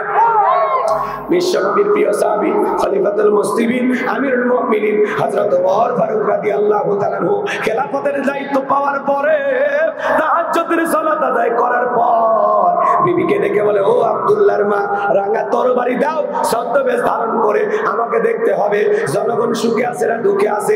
আল্লাহ খেলাফতের দায়িত্ব দিয়েছে, ঘরে বসে থাকলে চলবে না, জনগণের দুঃখ দুর্দশার খোঁজ খবর নিতে হবে। বলেন আল্লাহু আকবার। প্রিয়তমা স্ত্রী রাঙা তরবারি নিয়ে এসে দিলেন। স্ত্রী ডেকে বলে, স্বামী গো, আপনি যে একা একা বাইরে যান, আপনার কি ভয় লাগে না? আপনার কি অন্তরে একটু ভয় লাগে না? হযরত ওমর ফারুক ডেকে বলে, বিবি রে, মুসলমানের নেতা হবে যারা, তাদের অন্তরে আল্লাহ ছাড়া দুনিয়ার কারো ভয় থাকবে না। আর আমি যদি জনগণের জন্য ভালো কাজ করি, আমার নিরাপত্তা দেওয়ার জন্য আমার আল্লাহই যথেষ্ট। বলেন আল্লাহু আকবার। যারা খাঁটি শাসক, খাঁটি ইমানদার নেই পরায়ণ শাসক, এদের চলতে কোনো সিকিউরিটি লাগে না। কেন হযরত ওমর ফারুক একা একা পথ চলতেছে, কেমন শাসক ছিল সুবহানাল্লাহ বলেন। আর পৃথিবীতে এমন শাসক আছে যে এলাকায় ওই নেতা যাবে, কুত্তে দিয়া, বিড়াল দিয়া, র্যাব দিয়া, সেনাবাহিনী থাকে পরীক্ষা নিরীক্ষা করে ওই জায়গাতে, যেই জায়গায় নেতা পা রাখবে। কথা কয় না? দেখে কেউ কিছু রাখছে নাকি, ফুস করে ভয় ভয়। কথা কন ঠিক কিনা? ভালো করে বোঝার চেষ্টা করবেন। হযরত ওমর ফারুক একা একা রাঙা তরবারি নিয়ে পথ চলতে চলতে একটা ছোট্ট কুটির থেকে আওয়াজ শুনতে পাইলেন। একটা মা তার মেয়েকে ডেকে বলে, মা, কি পরিমাণে দুধ দহন করেছো? মেয়েটা ডেকে বলে, মা, আজকে একটু পরিমাণে দুধ কম হয়েছে। মহিলা ডেকে বলে, মেয়ে রে, তাহলে একটু দুধের ভিতরে পানি মিশিয়ে দাও। মেয়েটা ডেকে বলে, মা, তুমি জানো না বিশ্বনবী খাদ্যে ভেজাল দিতে নিষেধ করেছে, আর আমাদের খলিফাতুল মুসলিমিন আমিরুল মুমিনিন হযরত ওমর দুধে পানি মেশানোকে নিষেধ করে দিয়েছেন। মহিলা ডেকে বলে, মেয়ে রে, এমন ভাবে কথা বলতেছো মনে হয় খলিফা বিষয়টা দেখতেছে। মেয়েটা ডেকে বলে, মা, খলিফার চোখকে ফাঁকি দিতে পারো, কিন্তু তোমার আমার মালিক খলিফার মালিক আল্লাহর কুদরতি, চোখকে ফাঁকি দেওয়া সম্ভব নয়। চিৎকার মেরে বলেন সুবহানাল্লাহ। এর নাম হলো ভয়, এর নাম হলো তাকওয়া, এর নাম হলো খোদাভীতি। আল্লাহ একবার বলেন, এইটা যদি তাকওয়ার আয়না যদি একবার অন্তরে বসাইতে পারে, ওই আয়নার মধ্যে সমস্ত অপরাধ ধরা পড়বে। ভালো করে বুঝবেন, একটু মনোযোগ দিয়ে শোনেন বাজান গো আমার। হযরত ওমর ফারুক এই নিয়ে তার আচরণে মুগ্ধ হইয়া বাড়িতে চলে গেলেন। যা বলে, ও আব্দুল্লাহর মা, ছেলের বউ পাওয়া গেছে, বিয়ে করাইবা নাকি? সুবহানাল্লাহ কর। বলেন তো বাজার। হযরত ওমর ফারুক রাষ্ট্রের খলিফা, এই মেয়েটাকে ছেলের বউ বানাইতে চায় কি দেইকা? তাকওয়া দেইকা, খোদাভীতি দেইকা, আল্লাহর ভয় দেখে। কথা কোন ঠিক কিনা? যে মেয়েটা রাতের আধারে দুধে পানি মিশায় না, কার ভয়ে? আরো জোরে বলেন। এমন পুত্রবধূ ঘরে আনা দরকার আছে না নাই? তাহলে হযরত ওমর ফারুক তাকওয়া দেইকা, আল্লাহর ভয় দেখে পুত্রবধূ চয়েস করে। আর আমরা পুত্রবধূ চয়েস করি ওই বিশ্ব রোডে বৈশা চা খান, আর ওই সময় একটা মেয়ে চুল শ্যাম্পু করে অটো ভ্যানে চলে যায়, দেখে বলে, যাক তো ভালোই লাগলো। কার মেয়ে খোঁজ খবর নেয়? আছে না নাই? যে মেয়েটা বেপরদায় কলেজে যাইতেছে, তাকে দেখে পছন্দ করে যদি আপনার পুত্র বধূ বানায় ঘরে নিয়ে আসেন, এই বেটার বউ কোনোদিন শ্বশুরকে রান্না করে খাওয়াবে না। কথা কোন ঠিক কিনা? বউ চয়েস করা লাগবে কেমনে? আজকে পুত্রবধূ আমরা চয়েস করি এলোমেলো ভাবে, যে একটু যৌতুকের টাকা বেশি দিতে পারে তারে চয়েস করে। আছে না নাই? আপনাদের এলাকায় অবশ্য এরকম নাই, যৌতুক অবশ্য যশোরে নাই বললেই চলে। আমাদের এলাকার আঞ্চলিক ভাষায় একটা কথা বলি, মন খারাপ চান করেন না, ঠিক আছে? রাগ চান করেন না, করবেন নাকি? মুরব্বী চাচার 4টে বেটা, আর গরম কি জানেন, সেই গরম। চায়ের দোকানদারকে বলে এক কাপ চা দে, কয় চাচা মিয়া আজকে আপনার ঘুমে সেই গরম, ব্যাপার দিক, কয় বড় ছেলের বিয়ের ডাক উঠছে, কয় কত, কয় 3.5 লাখ টাকা নিয়োগ করেছি, 5 লাখ টাকা হলে ছেলের বিয়ে দিব, মানে বেটা পালিনি, পালছে দেশি হারিয়ে গরু, কথা বল ঠিক কিনা? এরকম যৌতুক লোভী বাবা আছে না নাই? কাঁচা পায়খানা খাওয়া যেমনি হারাম, কন্যা পক্ষের কাছ থেকে জোর করে যৌতুক দাবি করা তেমনি হারাম। কথা বলেন না কেন? যৌতুকের টাকা না খায় ওইটা খা, ওইটা খা, কথা কর না কেন? আছে না নাই? আপনি জোর করে যৌতুক নেন, আপনার সাহস কম না। আজকে একটা মানুষের প্রতি জুলুম করে, যুবক, যে মা বাবাটা কষ্ট করিয়া লালন পালন করে একটা জীবন্ত ফুটান্ত গোলাপ 18 বছর 20 বছর যত্নে রেখা তোর মতো একটা অপরিচিত ছেলের হাতে তার মেয়েকে তুলে দিচ্ছে, কলিজা কাটে তুলে দিচ্ছে, তার উপর জুলুম করে মোটর সাইকেল নেয়া, তার উপর জুলুম করে 2 লাখ 1 লাখ টাকা নিয়ে বিয়ে করো। যারা যৌতুক নেয় এরা হলো ছোট লোক। এরা কি বলেন? এরা ছোট লোক। আবার বলে যে আমরা অমুক বংশের লোক, আমরা বরযাত্রী 500 নিচে যাই না, আছে না নাই? জোর করে কন্যা পক্ষ বলে আমরা 500 নিচে যাই না। যারা এইভাবে জোর করে কন্যা পক্ষের উপরে দাবি করে খায়, এই খাওয়ার চাইতে ভিক্ষা করে খাওয়া ভালো। কথা কন, কন্যা পক্ষের লোকজন যদি 50 জন খাওয়াইতে পারে 50 জন যাবেন। এই যে গতকালকের আগের দিন বরিশালে দেখলেন না, বিয়ের বাড়িতে সামান্য একটু পানি দিতে দেরি হয়েছে, এই জন্য ঘুষাঘুষি মারামারি আছে না? হাই রে মুসলমান, চিন্তা করেন, বিয়ের বাড়িতে একটু পানি দিতে দেরি হয়েছে বা একটু খাবার নিয়ে যাইতে দেরি হয়েছে, এটাকে কেন্দ্র কইরা বর পক্ষের লোকজন কয়ে কন্যা পক্ষের লোক, জানিস আমরা বর পক্ষের লোক, নিয়ে খাবার নিয়ে বলতেছে ভাই একটু পরে দিচ্ছে, কিসের পরে, চলবে না, এই কথা বললে মারামারি শুরু করে দিচ্ছে। কথাকে বুঝতে পারছেন? তাহলে চিন্তা করেন, সামান্য পানি দিতে দেরি হয়েছে, এটাকে কেন্দ্র করে যারা কন্যা পক্ষের বাড়িতে যা মারামারি করে, এদেরকে যে আমি ছোট লোক বলে কি অন্যায় করছি? এদের কি কোনো ব্যবহার আছে? এরা কি ভদ্র মানুষ? মারামারি করে কয়েকজন হাসপাতালে ভর্তি, পরে প্রশাসনের লোকেরা যায়া বিষয়টা সমাধান করছে। চিন্তা করেন, এদেশে যারা বিয়ে, এই যে বরপক্ষ হয়ে যারা কন্যা পক্ষের বাড়িতে যায়, দেখবেন ও কিন্তু ওই গ্রামে ভ্যান চালায়, রিক্সা চালায়, ও আবার যায় খাবার টেবিলে বসে সেই ভাব নেই, এই যে প্লেটে ময়লা কেন, একটু সাফ করেন তো, হাই রে ভাই, ও বাড়ি ভ্যান চালায়, একটু কোটটাই পরে বিয়ে খাবার যা কি মশা আছে না? না, প্লেট বলে চেঞ্জ করে দেওয়া লাগবে, আবার বলে গিলাসটা একটু ধুয়ে আনেন, আছে না? না, আল্লাহ আমাদের হেদায়েত দান করুন, জোরে বলেন আমিন। মন খারাপ করবেন না বাজান গো আমার, সমাজের হালচাল বাস্তবতা একটু তুলে ধরার দরকার আছে না নাই? হয়ে যান, আপনার মেয়ের বিয়েতে কেউ এসে যদি এরকম আচরণ করে আপনার কেমন লাগবে? মানুষের বাড়িতে এত ভালোই মশাল নিতেছেন, ভাগ নিতেছেন, আপনার মেয়ের বিয়েতে যদি এসে কেউ এরকম অত্যাচার করে, প্লেট ধন, গিলাস ধুয়ে নিয়ে আসেন, খাবার দেন, ভাই গোস্তর বাটি এখানে রাখেন, 2 পিস কেন দিচ্ছেন, পেট ভরে খাইতে দেন, আছে না? না, আবার দেখবেন খাওয়া হয়ে গেছে, তারপরে বলে ওনাকে দেন, ও আবার বলে ওনাকে দেন, এরকম পাল্লাপাল্লি করে খাইতেছে, একদিনে হাফ কেজি গোস্ত খায়, এরকম খাওয়ার লোক আছে না নাই? ওই যে কয়দিন না খায় থাকে বিয়ের দাওয়াতের জন্য, আল্লাহ ভালো জানে, কথা কোন ঠিক কিনা? আমার ভাইয়ের এরকম করা ঠিক হবে না। আপনি একটু ভদ্র মানুষ হওয়ার চেষ্টা করেন। যে কথা বলতে চাচ্ছিলাম বাজান, লম্বা হবে, লম্বা করবো না। হযরতে ওমর ফারুক ছেলের বউ চয়েস করতেছেন নেককার দেখা, তাকওয়াবান দেখা। আপনি আমি যখন পুত্রবধূ চয়েস করব, মেয়েটা নামাজ পড়ে কিনা, কোরআন পড়ে কিনা, দিনদার কিনা, আল্লাহওয়ালা কিনা, একটু যাচাই বাছাই করা দরকার আছে না নাই? শুধু ছেলের বিয়ে না, আমরা যখন নিজেরা বিয়ে করব তখন ওইভাবে চিন্তা ভাবনা করব।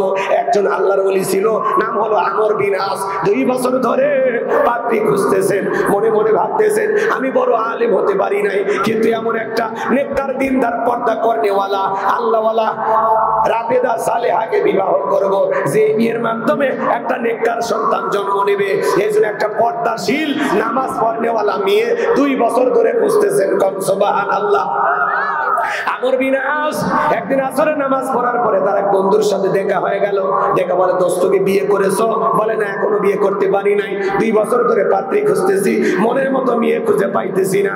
দেখা বলে, বন্ধুরে, এই গ্রামে একটা মেয়ে আছে, সেই মেয়েটা জন্মের পরে মা বাবা সারা দুনিয়ার কাউকে দেখে নাই, তাই নাকি? বলে হ্যাঁ। বলে মেয়েটা কোরআন পড়ে, পর্দা করে, নামাজ পড়ে, অত্যন্ত নেককার আল্লাহওয়ালা, তাই নাকি? বলে হ্যাঁ।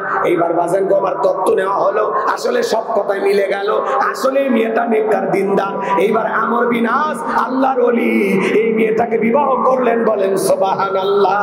বিয়ে করার পরে আল্লাহর ওলি আমর বিন আস এইবার যখন বাসর ঘরে প্রবেশ করবে, তাকায়া দেখে তার প্রিয়তমা স্ত্রী বাসর ঘরে আমার আল্লাহকে সিজদা দেয়। বাসর ঘরে বউ কি করে? নামাজ পড়ে। সুবহানাল্লাহ। এখনকার মুসলমানের বাসর ঘরে নামাজ আছে? নামাজ আছে? এখন আছে মালা বদল, সিনেমার শুটিং, কথা বলা। আপনাদের এলাকার বিয়ের ভিডিও হয় না? আমি অবাক হয়ে যাই ভাই, গরু ছাগল জবাই করে তার ভিডিও, ওখানে ভিডিও হইতেছে, গোস্ত কিভাবে পাকানি রান্না করে তার ভিডিও, ছেলেরে কিভাবে গোসল করা দিচ্ছে তারও ভিডিও আছে। অনেক ভাবিরা জোর করে ছেলেরে গোসল করায় দেয়। আমার বিয়ের সময় আমার ভাবিরা বলতেছে, হুজুর গোসল করায় দেওয়া লাগবে। আমি কি কোষ, তোরা যদি আমার শরীরে থাক দিস, আমার মাথা ঠিক থাকবি, সরে যা, আমার গোসল আমি করবো। কথা কন ঠিক কে? মেয়ে মানুষ তো গোসল করে দেয়। তুমি কি প্রতিবন্ধী? এই ছেলে, তুমি বিয়ে করবার যাচ্ছ, তুমি প্রতিবন্ধী যে মহিলা গোসল করে দেওয়া লাগবে? কথা কয় না ভাই? রাগ করতেছেন আপনারা? কথাগুলো শুনতে খারাপ লাগতে কিছু, এটার বাস্তবতা। কি কোন আপনারা? কথা ঠিক আছে না? না, এই ছেলে তুমি বিয়ে করতে যাচ্ছ, গোসল করা দিচ্ছে অন্য মহিলারা, ব্যাপারটা কি? তোর মতলব কি? আবার দেখবেন যে মহিলারা গোসল করা দেয়, ভাবি চাচি, ভাবি দাদিরা, এরা গোসল টোসল করাইয়া লঙ্গি দেয় না, লঙ্গি অ্যাটাক করে রাখে। কেন? ওই যে গোসল করার যে একটা আলাদা একটা বিল আসছে, ছেলে টাকা দেয় তারপরে লঙ্গি দেয়। আমি তো চিন্তা করি, সামনে যে পৌষ মাস আর মাঘ মাস চলে গেল, এরকম শীতের সময় যদি কোনো ছেলেকে লঙ্গি দিতে 2 ঘন্টা দেরি করে, ওর বিয়ে করে বাসর ঘরে যাওয়া লাগবে না, হাসপাতালে ভর্তি হওয়া লাগবে ঠিক না? এই জন্য যুবক তোমাদেরকে অনুরোধের ভাষায় বলে যায়, দেখবেন গোসল করার ভিডিও, আবার হলুদ পাটির ভিডিও আছে না নাই? কথা কর না কেন? এই যে মা বোনদেরকে আপনারা হলুদ রঙের শাড়ি পরায় টমটম ভাড়া করে দেন, অটো ভাড়া করে দেন, আলম সাধু ভাড়া করে বলেন যান ছেলের বাড়িতে হলুদ দিয়ে আসেন। বলেন তো কোন হুজুর কইছে জায়েজ? কোন হুজুর? এই যে আনুষ্ঠানিকতা, এটা কি জায়েজ? কথা কর না কেন? এই যুবতী মেয়েগুলো সেজে গুজে ছেলের বাড়িতে গেছে হলুদ দিতে, আবার ছেলে মদন, ও একটু সাদা গেঞ্জি পরে একটা লুঙ্গি পরে গামছা দিয়ে ফল ফুট সব নিয়ে দোকান খুলে বসে আছে। কথা কয় এখন যে সমস্ত মহিলারা হলুদ দিতে গেছে, ওরা মানে যে প্লেট আছে একটা ফাঁকা প্লেট, ফকির তো, ওই ফাঁকা প্লেটে 500 টাকা 1000 টাকা দেয় আর বলে, দুলে ভাই আমি কিন্তু ওই যে পিঙ্কির সাথে বিয়ে হচ্ছে, ওর কিন্তু মামা তো বোন। কথা কয় না কেন? এই কথা বলে প্লেটে খাবার দিয়া ভালো করে বসে, ওই প্লেটে ওই ফকিরের 500 টাকা 1000 টাকা দিয়া ওখান থেকে 22টা বলে, দুলে ভাই হা করে। দুলে ভাই হা করছে, ও তো জীবনে খাইনি, পাঙ্গাস মাছের মতো হা করছে। এই মেয়ে আবার হেব্বি শিয়ানা, দুলে ভাইয়ের মুখে না দিয়া 10 পর্যন্ত হ্যাঁ নিজের মুখে দিছে, দুলে ভাইকে 10 দিছে, দুলে ভাইকে খাওয়াইতে পারেনি, মানে দুলে ভাইয়ের মুখে না দিয়ে নিজের মুখে দিছে। বুঝতে পারছেন তো? বলে দুলে ভাই হা করে, এই কথা দুলে ভাই হা করছে, ও আবার নিজের মুখে দিয়ে খায় বলতেছে, দুলে ভাই আপনারা ঠকাইলাম। তখন দুলে ভাই বলে, আজকে ঠকা, সুযোগ পাইলে তোরেও ঠকা। কথা কান ঠিক না? এরকম আছে না নাই? এই কথা বলে এই যুবতী মেয়েরা ওই ছেলেটার গাল নেড়ে নেড়ে হলুদ দেয়, আছে না নাই? শোনে, হলুদ দেওয়া জায়েজ আছে, একটু মনোযোগ দেন। বিশ্ব নবীর কাছে একজন সাহাবী হাজির হয়ে গেল। নবীজি চেহারার মধ্যে তাকায় দেখে একটু হলুদ লাগান, সুবহানাল্লাহ। আমার নবীটিকে বলে, গতকালকে তোমার মনে বিয়ে হয়েছে তাই না? বলে হ্যাঁ হুজুর। তো হলুদ লাগাইছে কে তোমার? বলে হুজুর আমার স্ত্রী। সুবহানাল্লাহ। নবীজি তখন মুস্কি হাসলেন। সুবহানাল্লাহ বলেন। তার মানে কি, ওই সাহাবীর গায়ে তার স্ত্রী হলুদ লাগায় দিয়েছে, আপনার স্ত্রী যদি আপনার গায়ে হলুদ লাগায় দেয় এটা জায়েজ। কথা কয় না। কিন্তু যুবতী শালী আপনারে হলুদ লাগাবে, নিঃসন্দেহে এটি হারাম, এটি জায়েজ হতে পারে। এই জন্য হলুদ মাখানের যদি এত ইচ্ছা থাকে, বাসর ঘরে 2 বাটি হলুদ আগেই পিষে ঘুষে রেডি করেন। বাসর ঘরে কিচ্ছু করার দরকার নেই, হলুদ মেখে সারা রাত কেটেছে। কথা কয় না কেন? রাগ করছেন আপনারা? যুবক তোদের পরিবর্তন হতে হবে। অনুরোধ করে বলি, বাবা বিয়ে করবি কর, এগুলো হলুদ উৎসব, মেহেদি উৎসব, রং তামাশা, গীত গান বাজনা, এরকম বক্স নিয়ে এসে টিক টিক আওয়াজ দিয়ে এগুলো মাটি কাঁপানো, এগুলো গান বাজনা বন্ধ করো। আল্লাহ যুবকদের হেদায়েত দান করেন, জোরে বলেন আমিন। আর বিয়েতে ভিডিও করা বন্ধ করো। কথা কয় না কেন? কিসের ভিডিও করো তুমি? পাগলা ছেলে, মানুষ খাইতেছে গোস্ত এরকম চাপাইতেছে, তারও ভিডিও। মানুষ খাইতে দেখে ভিডিও করে, কথা বলো। রাগ করছেন আপনারা? আপনারাই বলেন, সবাই খাচ্ছে সেখানে যে ভিডিও কি দরকার? বাসর করে আবার মালা বদলের ভিডিও, ক্যামেরাম্যান আবার বলে ভাই একটু ইসমাইল হাসি, ভাবিকে একটু চিপে ধরেন, লোকজনের সামনে ধরতেছি। কত বড় মানে মাতাল হয়ে গেছে, ওর মানে পিনি ঘুরছে পিড়িতে। কথা কন ঠিক? মানুষের সামনে বক্স চাপে ধরতেছে, মালা দিতেছে, হাসি তামাশা করতেছে, মনে হয় ছোটখাটো সিনেমার শুটিং চলতেছে। এরকম আছে না? না, মুসলিম যুবক যুবতী এরকম অসভ্য বেহাপানা করতে পারে না। তোর চোখে কি লাজ লজ্জা নাই? একটু শরম নাই? বেটা ছেলে, আল্লাহ যুবকদের হেদায়েত দান করুন। আরো আসতে কোন আমি দিন আস্থা খায়া দেখে বাসর করে তার প্রিয়তমা স্ত্রী নামাজ আদায় করে, এমন দৃশ্য দেখার পরে মনটা ভইরা গেছে। বিবি যখন নামাজ আদায় করা শেষ হয়ে গেল, দেখেন বাসর করে নামাজ, সুবহানাল্লাহ বলেন, নতুন জীবন শুরু করতেছেন, 2 রাকাত নফল নামাজ পড়ে শুরু করেন, আল্লাহর কাছে দোয়ার মাধ্যমে শুরু করেন। কথা বলেন ঠিক কি না? গাব্বাস নাকি লাফালাফি নাচানাচি, এগুলো থেকে আল্লাহ যুব সমাজকে হেদায়েত দান করেন, জোরে বলেন আমিন। এবার আমর বিনাশ বাসর করে প্রবেশ করার পর স্বামী স্ত্রীর মধ্যে সালাম আদান প্রদান হয়ে গেল। এইবার প্রিয়তম স্ত্রী মুখের ঘোমটা তোলার পর এক নজর তাকায়া মনের ভিতরে কষ্ট নিয়ে বাসর ঘর থেকে বের হয়ে আসলেন। প্রিয়তম স্ত্রী মনে মনে ভাবে, আমি তো স্বামীকে কিছুই বললাম না, কেন আমার স্বামী ঘর থেকে বের হয়ে গেল? বিষয়টা আমি বুঝতে পারলাম না। ভালো করে বুঝবেন। এইবার মেয়েটা 1 পা 2 পা করে ঘরের দুয়ারে এসে তাকায় দেখে স্বামী বাড়ির বাইরে বারান্দাতে দাঁড়িয়ে আছে। ডেকে বলে, স্বামী, জীবনে কোনোদিন কোনো পুরুষ আমাকে স্পর্শ করে নাই, আমি কোনো পুরুষের চেহারাও দেখি নাই, আপনি আমার জীবনের প্রথম পুরুষ। শুনেছি আপনি আল্লাহর অনেক বড় ওলি, যদি আজকে আপনি আমার হক না আদায় করেন, কঠিন কিয়ামতের ময়দানে আমি আল্লাহর দরবারে আপনাকে আসামি বানাবো। আল্লাহর ওলির অন্তরে ভয়।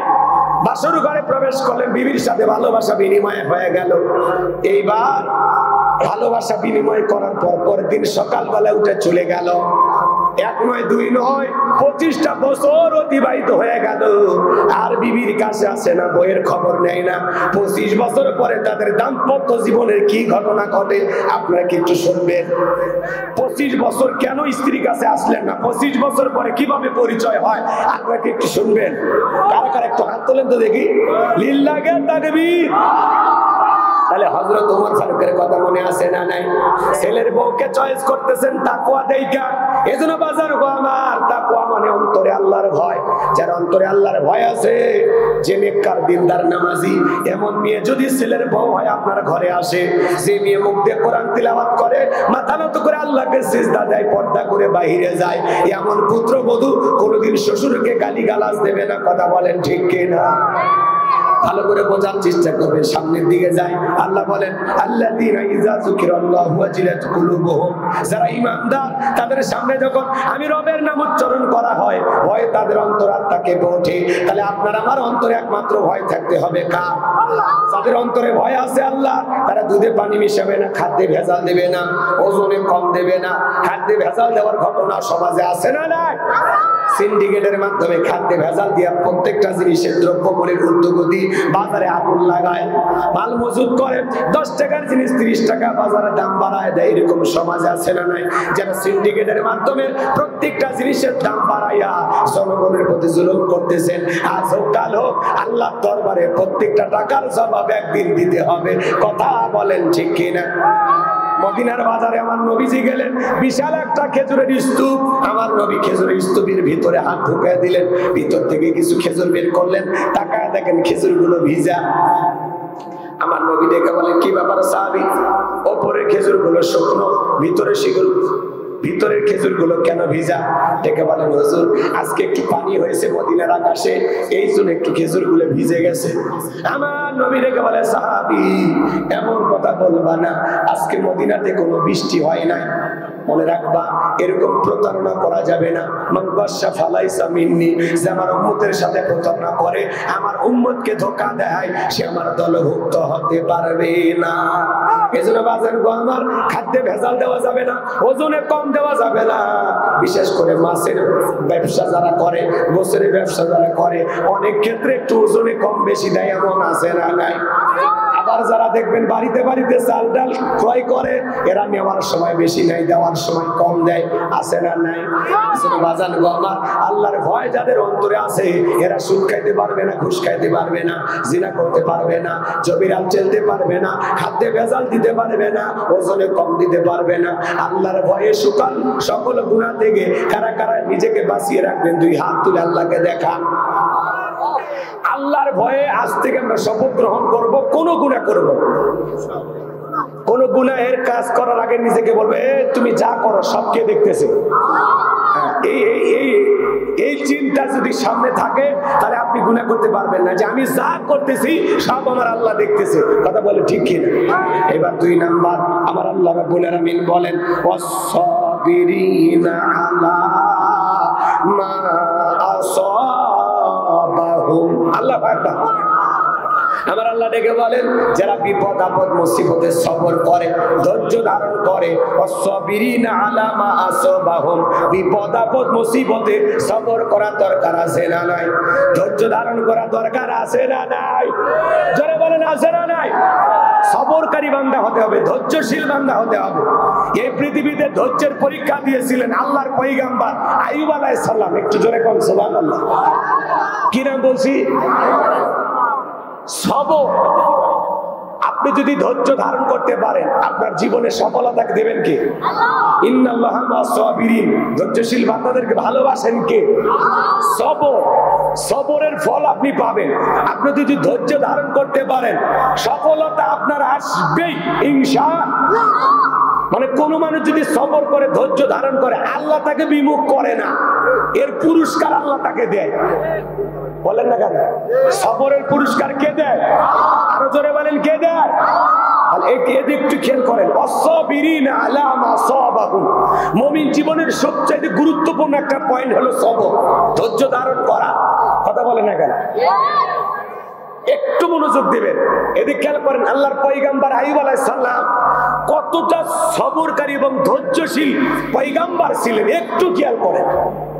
পয়গম্বরের টাকা পয়সা সোনা দানা কোনো কিছুর অভাব নাই, তারপরে সবসময় জবান দিয়ে জিকির করেন কার? আরেকটু জোরে বলেন কার?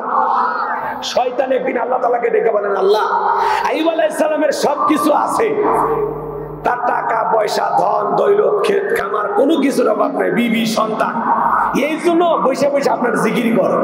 এগুলো যদি কেড়ে নেওয়া হয়, আপনার পয়গম্বর আইয়ুব আপনাকে ভুলে যাবে। জোরে বলা যাবে না নাউজুবিল্লাহ? আমার ভাইয়েরা, এই কথা যখন শয়তান বললেন, আমার আল্লাহ ডেকে বলে, শয়তান রে, আমার পয়গম্বর আইয়ুব আমাকে কখনো ভুলে যেতে পারে না। শয়তান ডেকে বলে, আল্লাহ তাআলা একটু ওয়াদা দেন, একটু পরীক্ষা করি। আমার আল্লাহ ডেকে বলে, যাও পরীক্ষা করে দেখতে পারো, কিন্তু আমার আইয়ুব কখনো আমাকে ভুলে যাবে না, জিকিরি বন্ধ করবে না। বলেন সুবহানাল্লাহ। এইবার বাজান গো আমার, আল্লাহর পয়গম্বর আইয়ুব আলাইহিস সালামের ফসলের মাঠে যত ফসল ছিল, সব ফসল নষ্ট করিয়া মানুষের সুরত নিয়া শয়তান যায় বলে, ও পয়গম্বর, তোমার ফসলের জমিতে যত ফসল ছিল সব ফসল নষ্ট হয়ে গেছে, একটু ফসল নাই। আল্লাহর পয়গাম্বর ডেকে বলে, এতদিন এই জমিগুলো থেকে যে আল্লাহ তাআলা ফসল দিয়েছিল, সে আল্লাহ তাআলার হুকুমে এই বছর যেহেতু আমি ফসল পাবো না, এতে আমার আফসোস নাই, মন খারাপ নাই, আমি শুকরিয়া আদায় করে পড়ছি আলহামদুলিল্লাহ। ফসল নষ্ট হয়ে গেছে, তারপরে কি বলে? কথা কয় না। আর আপনি আমি জমির ধান পাইকে গেছে, বোঝেন তো? ভাষা বোঝেন নাকি? আমার ভাষা বোঝেন না? জমির ধান কি হয়েছে? পাইকে গেছে। আপনি হয়তো বা 2 দিন পর কামলা দিয়া বা কৃষিক্ষেত্রে লোক লাগাইয়া এই ধানগুলো কেটে বাড়িতে নিয়ে আসবে, কিন্তু ঠিক আল্লাহর কাছে দোয়া করে বলতেছেন, আল্লাহ একটু জমির ধানগুলো যেন খারাপ থাকে। আপনি যেদিন কামলা লাগাবেন তার আগের দিন, মাঠে লোক লাগাবেন তার আগের দিন একটু হালকা বৃষ্টি হইয়া, একটু হালকা ঝড় তুফান হইয়া জমির ধানগুলো পড়ে গেছে। আপনি সকালবেলা ফজরের নামাজ পড়ে জমিতে যা দেখেন খাড়া ধান কি হয়ে গেছে, পড়ে গেছে, শুয়ে আছে। এই দৃশ্য থেকে মাথার টুপি খুলে বলে, আল্লাহ এটা একটা কাম করলে। কথা কয় না? এরকম মুসলমান আছে না? নাই? আচ্ছা বলেন তো, ঝড় তুফানে আপনার জমির ধান যদি 2-1 মণ পড়েও যায় ঝড় তুফানে, হয়তো 25 মণের জায়গায় আপনি 23 মণ পাইলেন, আল্লাহ যদি চায় পরের বছরে ওই জমিতে 30 মণ দেওয়ার ক্ষমতা আল্লাহর আছে না নাই? আপনার রিজেকে, আপনার তকদিরে যতটুকু আছে ততটুকু ফসল আপনার ঘর পর্যন্ত পৌঁছায়া দিবেন কি? আপনার রিজেকে যা আছে ততটুকুই আপনি পাবেন। তাহলে আপনি শুকরিয়া আদায় করবেন কার? আর আপনি কি করেন? আল্লাহ এটা কাম করলে কি সবরকারী হওয়া যাবে? তো খালি ওয়াজ এমনি গল্প করতেছি না, এখান থেকে শিক্ষা আছে না নাই? সাবিরিনা আলা মা আসাবাহুম, বিপদ আপদ মুসিবতে সবর করা লাগবে, ধৈর্য ধারণ করা লাগবে। কথা বলে ঠিক কি না? তাহলে ফসলের জমির যদি একটু 19-20 হয়ে যায়, তারপরেও কি আলহামদুলিল্লাহ, আল্লাহ আমার রিজেকে যা আছে আমি তাই পাবো। কথা বলেন ঠিক কি না? এরপরে শোনেন,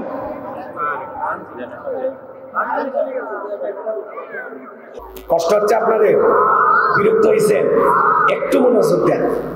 তাহলে আমার রিজেক যতটুকু আল্লাহ তাআলা ফসলের জমি থেকে ঘর পর্যন্ত পৌঁছায় দিবেন ততটুকুই আমার প্রাপ্য ছিল। 2-1 দানা যদি নষ্ট হয়ে যায়, 2-1 মণ যদি জমিতে পড়ে যায়, ওটা আমার রিজেকে ছিল। আর ওইটা নিয়ে আমি কখনো আফসোস করব? মনে থাকবে তো ইনশাআল্লাহ, সেটা যে কোনো ফসলের ক্ষেত্রে হোক। ঠিক আছে তো? এবার শোনেন, পয়গাম্বরের উট দুম্বা ছাগল যেগুলো ছিল সব মরে গেছে, একটা বেঁচে নেই। এরপরে আইসা বলে রাখালের সুরত নিয়ে, ও পয়গাম্বর, উট দুম্বা ছাগল যা ছিল সব তো শেষ, একটা বেঁচে নেই। পয়গাম্বর দেখে বলে, এতদিন এগুলোর থেকে আল্লাহ তাআলা অনেক উপকার নেওয়া সুযোগ আমাকে করে দিয়েছে, এগুলো মারা গেছে, আমার কোনো আফসোস নাই, এজন্য আমি মন খুনুন না, আমার মনটা খারাপও না, আমি আল্লাহর শুকরিয়া আদায় করে পড়ছি আলহামদুলিল্লাহ। একটু জোরে বলেন, কি বলেছে? আর আমরা একটা ছাগলের বাচ্চা মারা গেলে 3 দিন শোক পালন করি। কথা কয় না?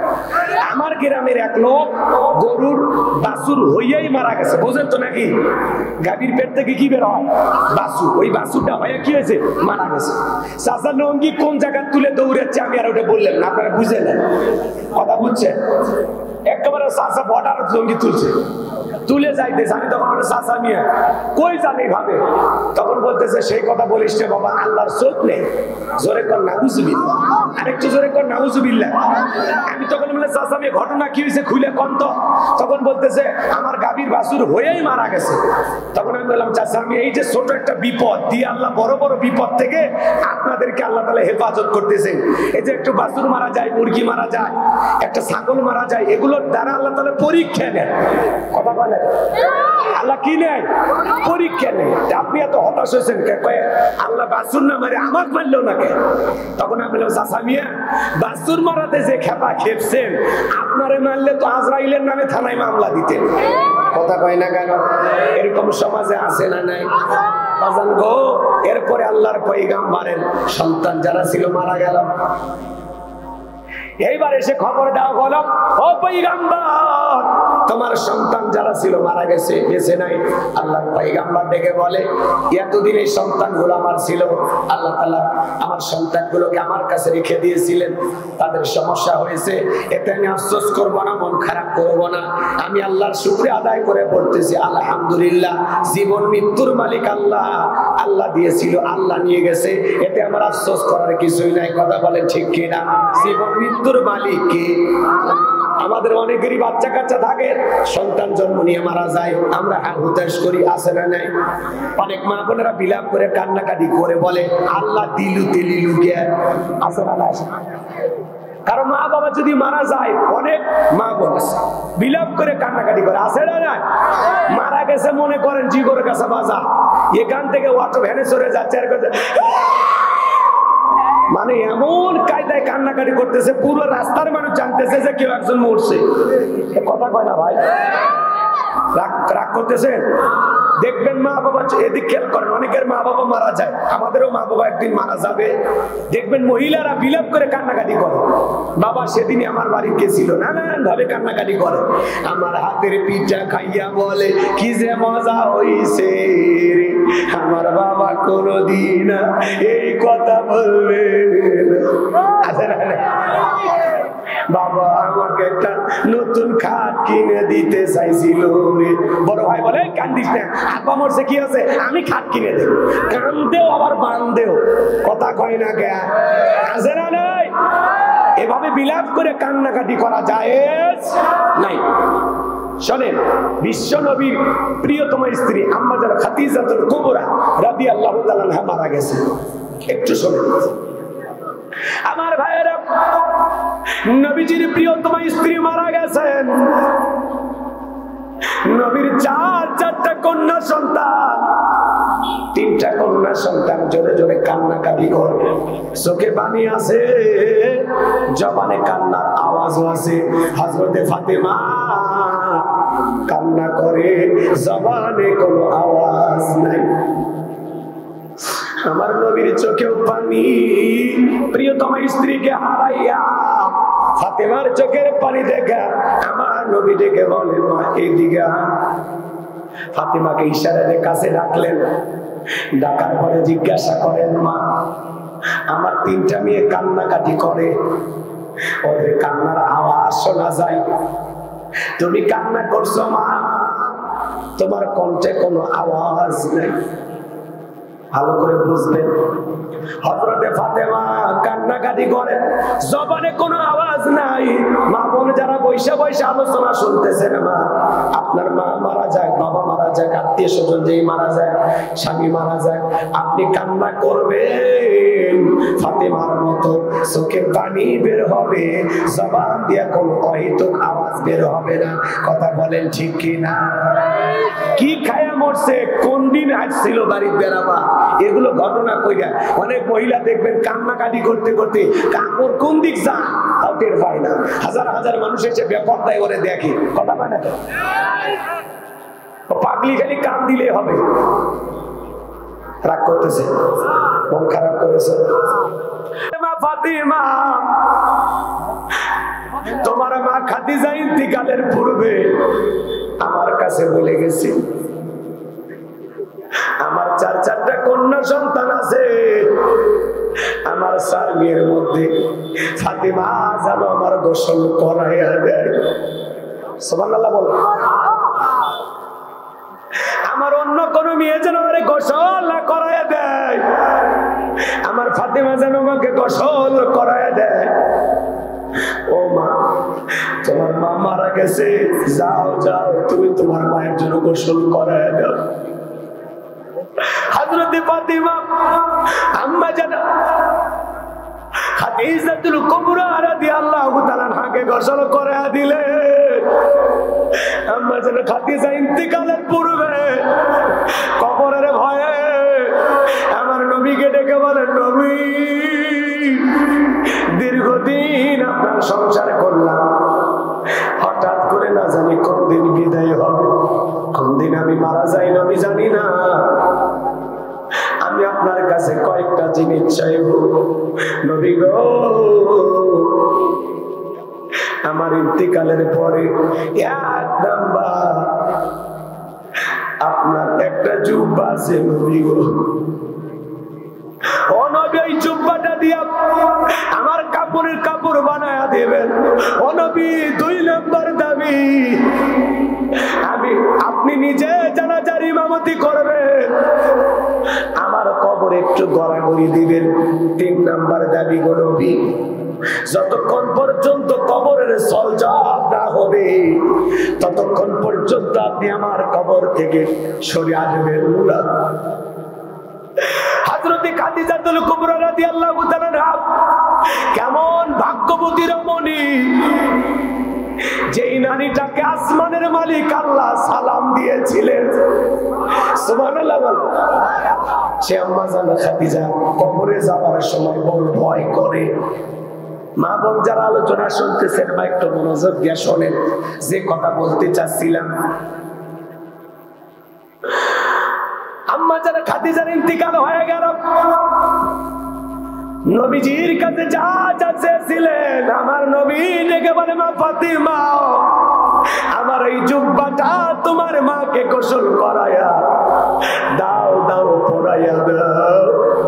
হযরতে ফাতিমা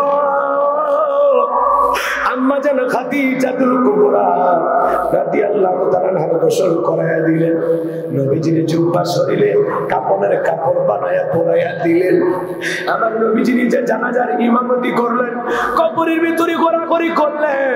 লাশটা কবরে রাখার পর আম্মা জান খাদিজাতুল কুবরাকে কবরে রাখার পর কবরে মাটি দেওয়া হলো। সাহাবায়ে কেরাম একে একে চলে যায়, ডেকে বলে, নবী আপনি কি যাবেন না? আমার নবী ডেকে বলে, যাও যাও তোমরা চলে যাও, আমি আমার খাদিজার কাছে ওয়াদা দিয়েছি যতক্ষণ পর্যন্ত কবরের সলজব না হবে ততক্ষণ পর্যন্ত আমি কবর থেকে সরতে পারবো না। আমার ভাইয়ের, আমার নবী আম্মা জান খাদিজাকে বড় ভালোবাসতেন, আম্মা জান খাদিজাও রাসূলকে বড় ভালোবাসতেন। কোনদিন নবীকে না খাওয়ায়া নিজে খাবার খাইতেন না, বলেন সুবহানাল্লাহ। রসুলকে খাবার না খাওয়ায়া আম্মা জান খাদিজা কখনো খাবার খান না, সুবহানাল্লাহ। এমন বউ কি এখন পাওয়া যায়? এমন আদর্শের নারী কি এখন আছে? একটু মনোযোগ দিয়ে শোনেন আমার ভাইয়েরা। আসমান থেকে ফেরেশতা আসে না, অনেকটা সময় অতিবাহিত হয়ে যায়। জিবরাইল এসে বলে, নবী আপনি কেন দাঁড়িয়ে আছেন? আমার নবী ডেকে বলে, জিবরাইল আমি আমার খাদিজার কাছে ওয়াদা দিয়েছি কবরের সলজব না হওয়া পর্যন্ত আমি এখান থেকে যাব না। আমার ভাইরা জিবরাইল এসে বলে, নবী যেদিন খাদিজাতুল কুবরা রাদিয়াল্লাহু তাআলা আনহা কবরের সলজবের ভয়ে কান্নাকাটি করেছিল, সেদিনই খাদিজার কবরের সলজব আমার আল্লাহ কবুল করে নিয়েছেন।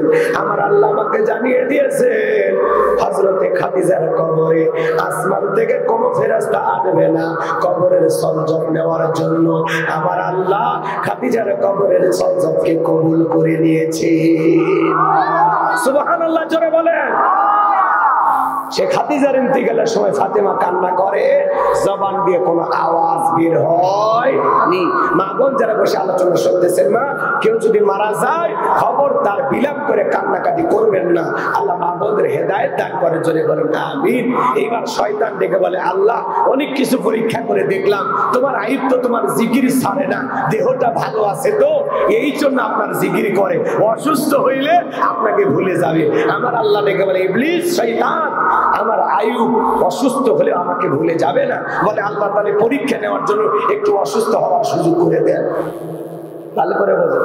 আমার আল্লাহ বলে, যা সুযোগ দিলাম।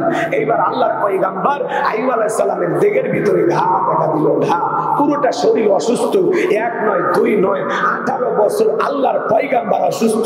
সুবহানাল্লাহ বলবেন না? কত বছর? তারপরে প্রিয়তমা স্ত্রী রহিমা তার খেদমতে নিয়োজিত, স্বামীকে ফেলায় যায় না। এখন তো আপনি আমি যদি 6 মাস অসুস্থ থাকি, 1 বছর অসুস্থ থাকি, বইয়ের যে মেজাজ, কথা বল না কেন? কোন স্বামী যদি 6 মাস 1 বছর অসুস্থ থাকে কি মেজাজ দেখায়? দেখেন না? ওষুধটা খাও, খায় একটু উদ্ধার করো। মরণের রোগ হয়েছে, মরেও না, আছে না নাই? ঔষধও খাওয়ায় আবার মরণের দোয়া করে, এরকম আছে না নাই? আরে ভাই 18 বছর তো দূরের কথা, এখন যদি আপনি আমি 5-7 বছর অসুস্থ হইয়া হাসপাতালে পড়ে থাকি, এখনকার যে ডিজিটাল মহিলা আর ডিজিটাল মা বোন দেখবেন 6 বছর পর সুস্থ হইয়া আপনার বউ আর একটা স্বামীর সংসার করিয়া 4টা বাচ্চার মা হয়ে গেছে। এখন আর 18 বছর সেবা করা রহিমা সুন্দরী পাওয়া যাবে না। কথা কর, রাগ করতেছেন আপনারা? করেন, কোনো সমস্যা নেই আমার ভাইয়েরা। একদিন শয়তান রাস্তার মধ্যে রহিমাকে আটকাইয়া যুবকের সুরতে ধোকা দিয়া বলেন, ও রহিমা সুন্দরী, অসুস্থ স্বামী আইয়ুবের সেবা করে কি লাভ? নিজের জীবনটা উপভোগ করার জন্য আর একটা বিয়ে করো। কি করো? আর একটা বিয়ে করো। এই কথা শোনার পর পয়গম্বরের স্ত্রী যা বলে, স্বামী আমার, রাস্তার মধ্যে একটা যুবক আমাকে ডেকে বলে, অসুস্থ স্বামীর সেবা করে কি লাভ, তুমি আর একটা বিয়ে করে নাও। এই কথা স্বামীর কানে যা পৌঁছায়া দিলেন, আল্লাহর পয়গম্বর আইয়ুব আলাইহিস সালাম ডেকে বলে, বিবি রে, ওইটা কোনো যুবক না, ওইটা হলো ইবলিস, শয়তান। যুবকের সুরতে একজন বিয়ের কথা বলে, সেই কথা স্বামীর কানে পৌঁছায় দেয়। এখনকার মা বোনেরা যদি যশোর বাস স্ট্যান্ডে কোনো যুবকের সাথে দেখা হয়, সেই গল্প কি এসে স্বামীর কাছে করে না? পারলে ওর মোবাইল নাম্বার নেই, স্বামী বাড়িতে না থাকলে সারাদিন কুটুর কুটুর করে ফোনে কথা কয়, এরকম আছে না? আল্লাহ মা বোনদের হেদায়েত দান করে, জোরে বলেন আমিন। আমার ভাইয়েরা, আল্লাহর পয়গম্বর আইয়ুব আলাইহিস সালাম অসুস্থ, 18টা বছর ধরে অসুস্থ, পয়গম্বরের পুরোটা দেহের ভিতরে ঘাও। এরপরে পয়গম্বর আল্লাহর জিকির বন্ধ করেন। আল্লাহর পয়গম্বরের জিহ্বার ভিতরে যখন ঘা দেখা দিল, আল্লাহর নবী আইয়ুব আলাইহিস সালাম তাকায় দেখে এইবারে জিহ্বার ভিতরে ঘা। আল্লাহর পয়গম্বর তখন কি করেছিলেন জানেন? আমার আল্লাহ রাব্বুল আলামিন বলেন, ওয়া আইয়ুবা ইদনাদা রাব্বাহু আন্নী মাসানিয়া দুররু ওয়া আনতা আরহামুর রাহিমিন। আমার আল্লাহ ডেকে বলেন, স্মরণ করে আইয়ুবের কথা। যখন আইয়ুব আলাইহিস সালাম অসুস্থ থাকা অবস্থা আল্লাহর কাছে বলেন, ওয়া আনতা আরহামুর রাহিমিন, আপনি তো দয়ালুর মধ্যে সর্বশ্রেষ্ঠ দয়ালু। সুবহানাল্লাহ। পয়গম্বরের কথা বলার ধরনটা কত সুন্দর জানেন? কি বলতেছে? ওয়া আনতা আরহামুর রাহিমিন, আপনি দয়ালুর মধ্যে সর্বশ্রেষ্ঠ দয়ালু। সুবহানাল্লাহ বলেন। ডাইরেক্ট বলতেছেন আল্লাহ জিহ্বাতে ঘা ভালো করে দেন, আমি অসুস্থ সুস্থ বানায় দেন, এই কথা বলতেছেন। কি বলেন? আপনি দয়ালুর মধ্যে সর্বশ্রেষ্ঠ দয়ালু। এই কথা বলেন। পয়গম্বর ডেকে বলেন, আল্লাহ আমার দেহের ভিতরে ঘা ছিল, আমার কোনো আফসোস ছিল না, আমার জিহ্বাটা সুস্থ ছিল, ভালো ছিল, এই জিহ্বাতে আমি আপনার জিকির করব। আমার জিহ্বার ভিতরে ঘা দেখা দিয়েছে, জিহ্বা নাড়াইতে বড় ব্যথা হয়। আল্লাহ এই জিহ্বার ঘাটা ভালো করে দাও, যেই জিহ্বা দিয়ে তোমার মতো মালিকের জিকির করি, আজকে সেই জিহ্বার ভিতরে ঘা দেখা দিয়েছে। আল্লাহ গো, তুমি দয়ালুর মধ্যে সর্বশ্রেষ্ঠ দয়ালু, যেই জিহ্বা দিয়া তোমার জিকির করি, অন্তত আমার সেই জিহ্বাটা তুমি ভালো রাখো। আজকে আমি সুস্থ আছি, আল্লাহর জিকির তারপরেও জবানে আসে না। হাদিস শরীফের ভিতর আছে, যে জিহ্বাটা আল্লাহর জিকিরে সবসময় ভিজা থাকে, ওই জিহ্বাওয়ালা মানুষ কোনোদিন জাহান্নামের আগুনে জ্বলবে না। বলেন সুবহানাল্লাহ। আমার ভাইয়ের, আল্লাহ তাআলা আসমান থেকে জিবরাইলকে পাঠিয়ে দিলেন, হে জিবরাইল, আমার বন্ধু আইয়ুব পরীক্ষায় পাস করেছে। আল্লাহু আকবার বল। যা যা আমার পয়গম্বরের জন্য গোসলের পানির ব্যবস্থা করে দিন। পয়গম্বর পা দিয়ে আঘাত করলেন, পানি বের হয়ে আসলো, সেই পানি দিয়ে গোসল করলেন। আগের চাইতে আল্লাহ রাব্বুল আলামিন আগের চাইতে বেশি সৌন্দর্য আইয়ুব আলাইহিস সালামকে দান করলেন। বলেন সুবহানাল্লাহ। ধন দৌলত টাকা পয়সা যা কিছু সবকিছু আল্লাহ তাআলা আগের মতো দ্বিগুণ বানায়া ফেরত দিলেন। বলেন সুবহানাল্লাহ। এই জন্য সাবিরিনা আলা মা সাবাহুম, সবর করলে বিপদ আপদ মুসিবতে ধৈর্য ধারণ করলে আপনার ধৈর্যের পুরস্কার দেবেন কি? জোরে বলেন, ধৈর্যের পুরস্কার দেবেন কে? সবরকারী ধৈর্যশীল বান্দা হতে কারা কারা রাজি? হাত তোলে। লিল্লাহি তাকবীর। আল্লাহ আমাদের কবুল করে। জোরে বলেন আমিন। ওয়াল মুকিমিস সালাত, নামাজ কায়েম করতে হবে। অমিম্মা রাযাকনাহুম ইউনফিকুন, আল্লাহ তাআলা যে রিজিক দিয়েছেন নিজেও খাবো, সেখান থেকে ব্যয় করব। যাই হোক, আরো কথা বলার ছিল, যেহেতু বুঝি না 25 বছর। আচ্ছা, এদিকে খেয়াল করেন, 2 মিনিটে যদি সুযোগ হয় আমি বলে দিচ্ছি। আসরের নামাজ আমাদের একেবারে নিকটবর্তী। আমাদের সভাপতি শ্রদ্ধাভাজন ব্যক্তিত্ব, উনি 2-1 মিনিট কথা বলেই 25 বছরের কথাটা একটু বলে, যেহেতু আদা দিয়েছে আমি বলে দেবো ইনশাআল্লাহ। আর এই জায়গায় আসরের নামাজ হবে, পাশে মসজিদে আপনারা পড়ে নেবেন। দয়া করে কেউ ওটা বসে করেন না। এখন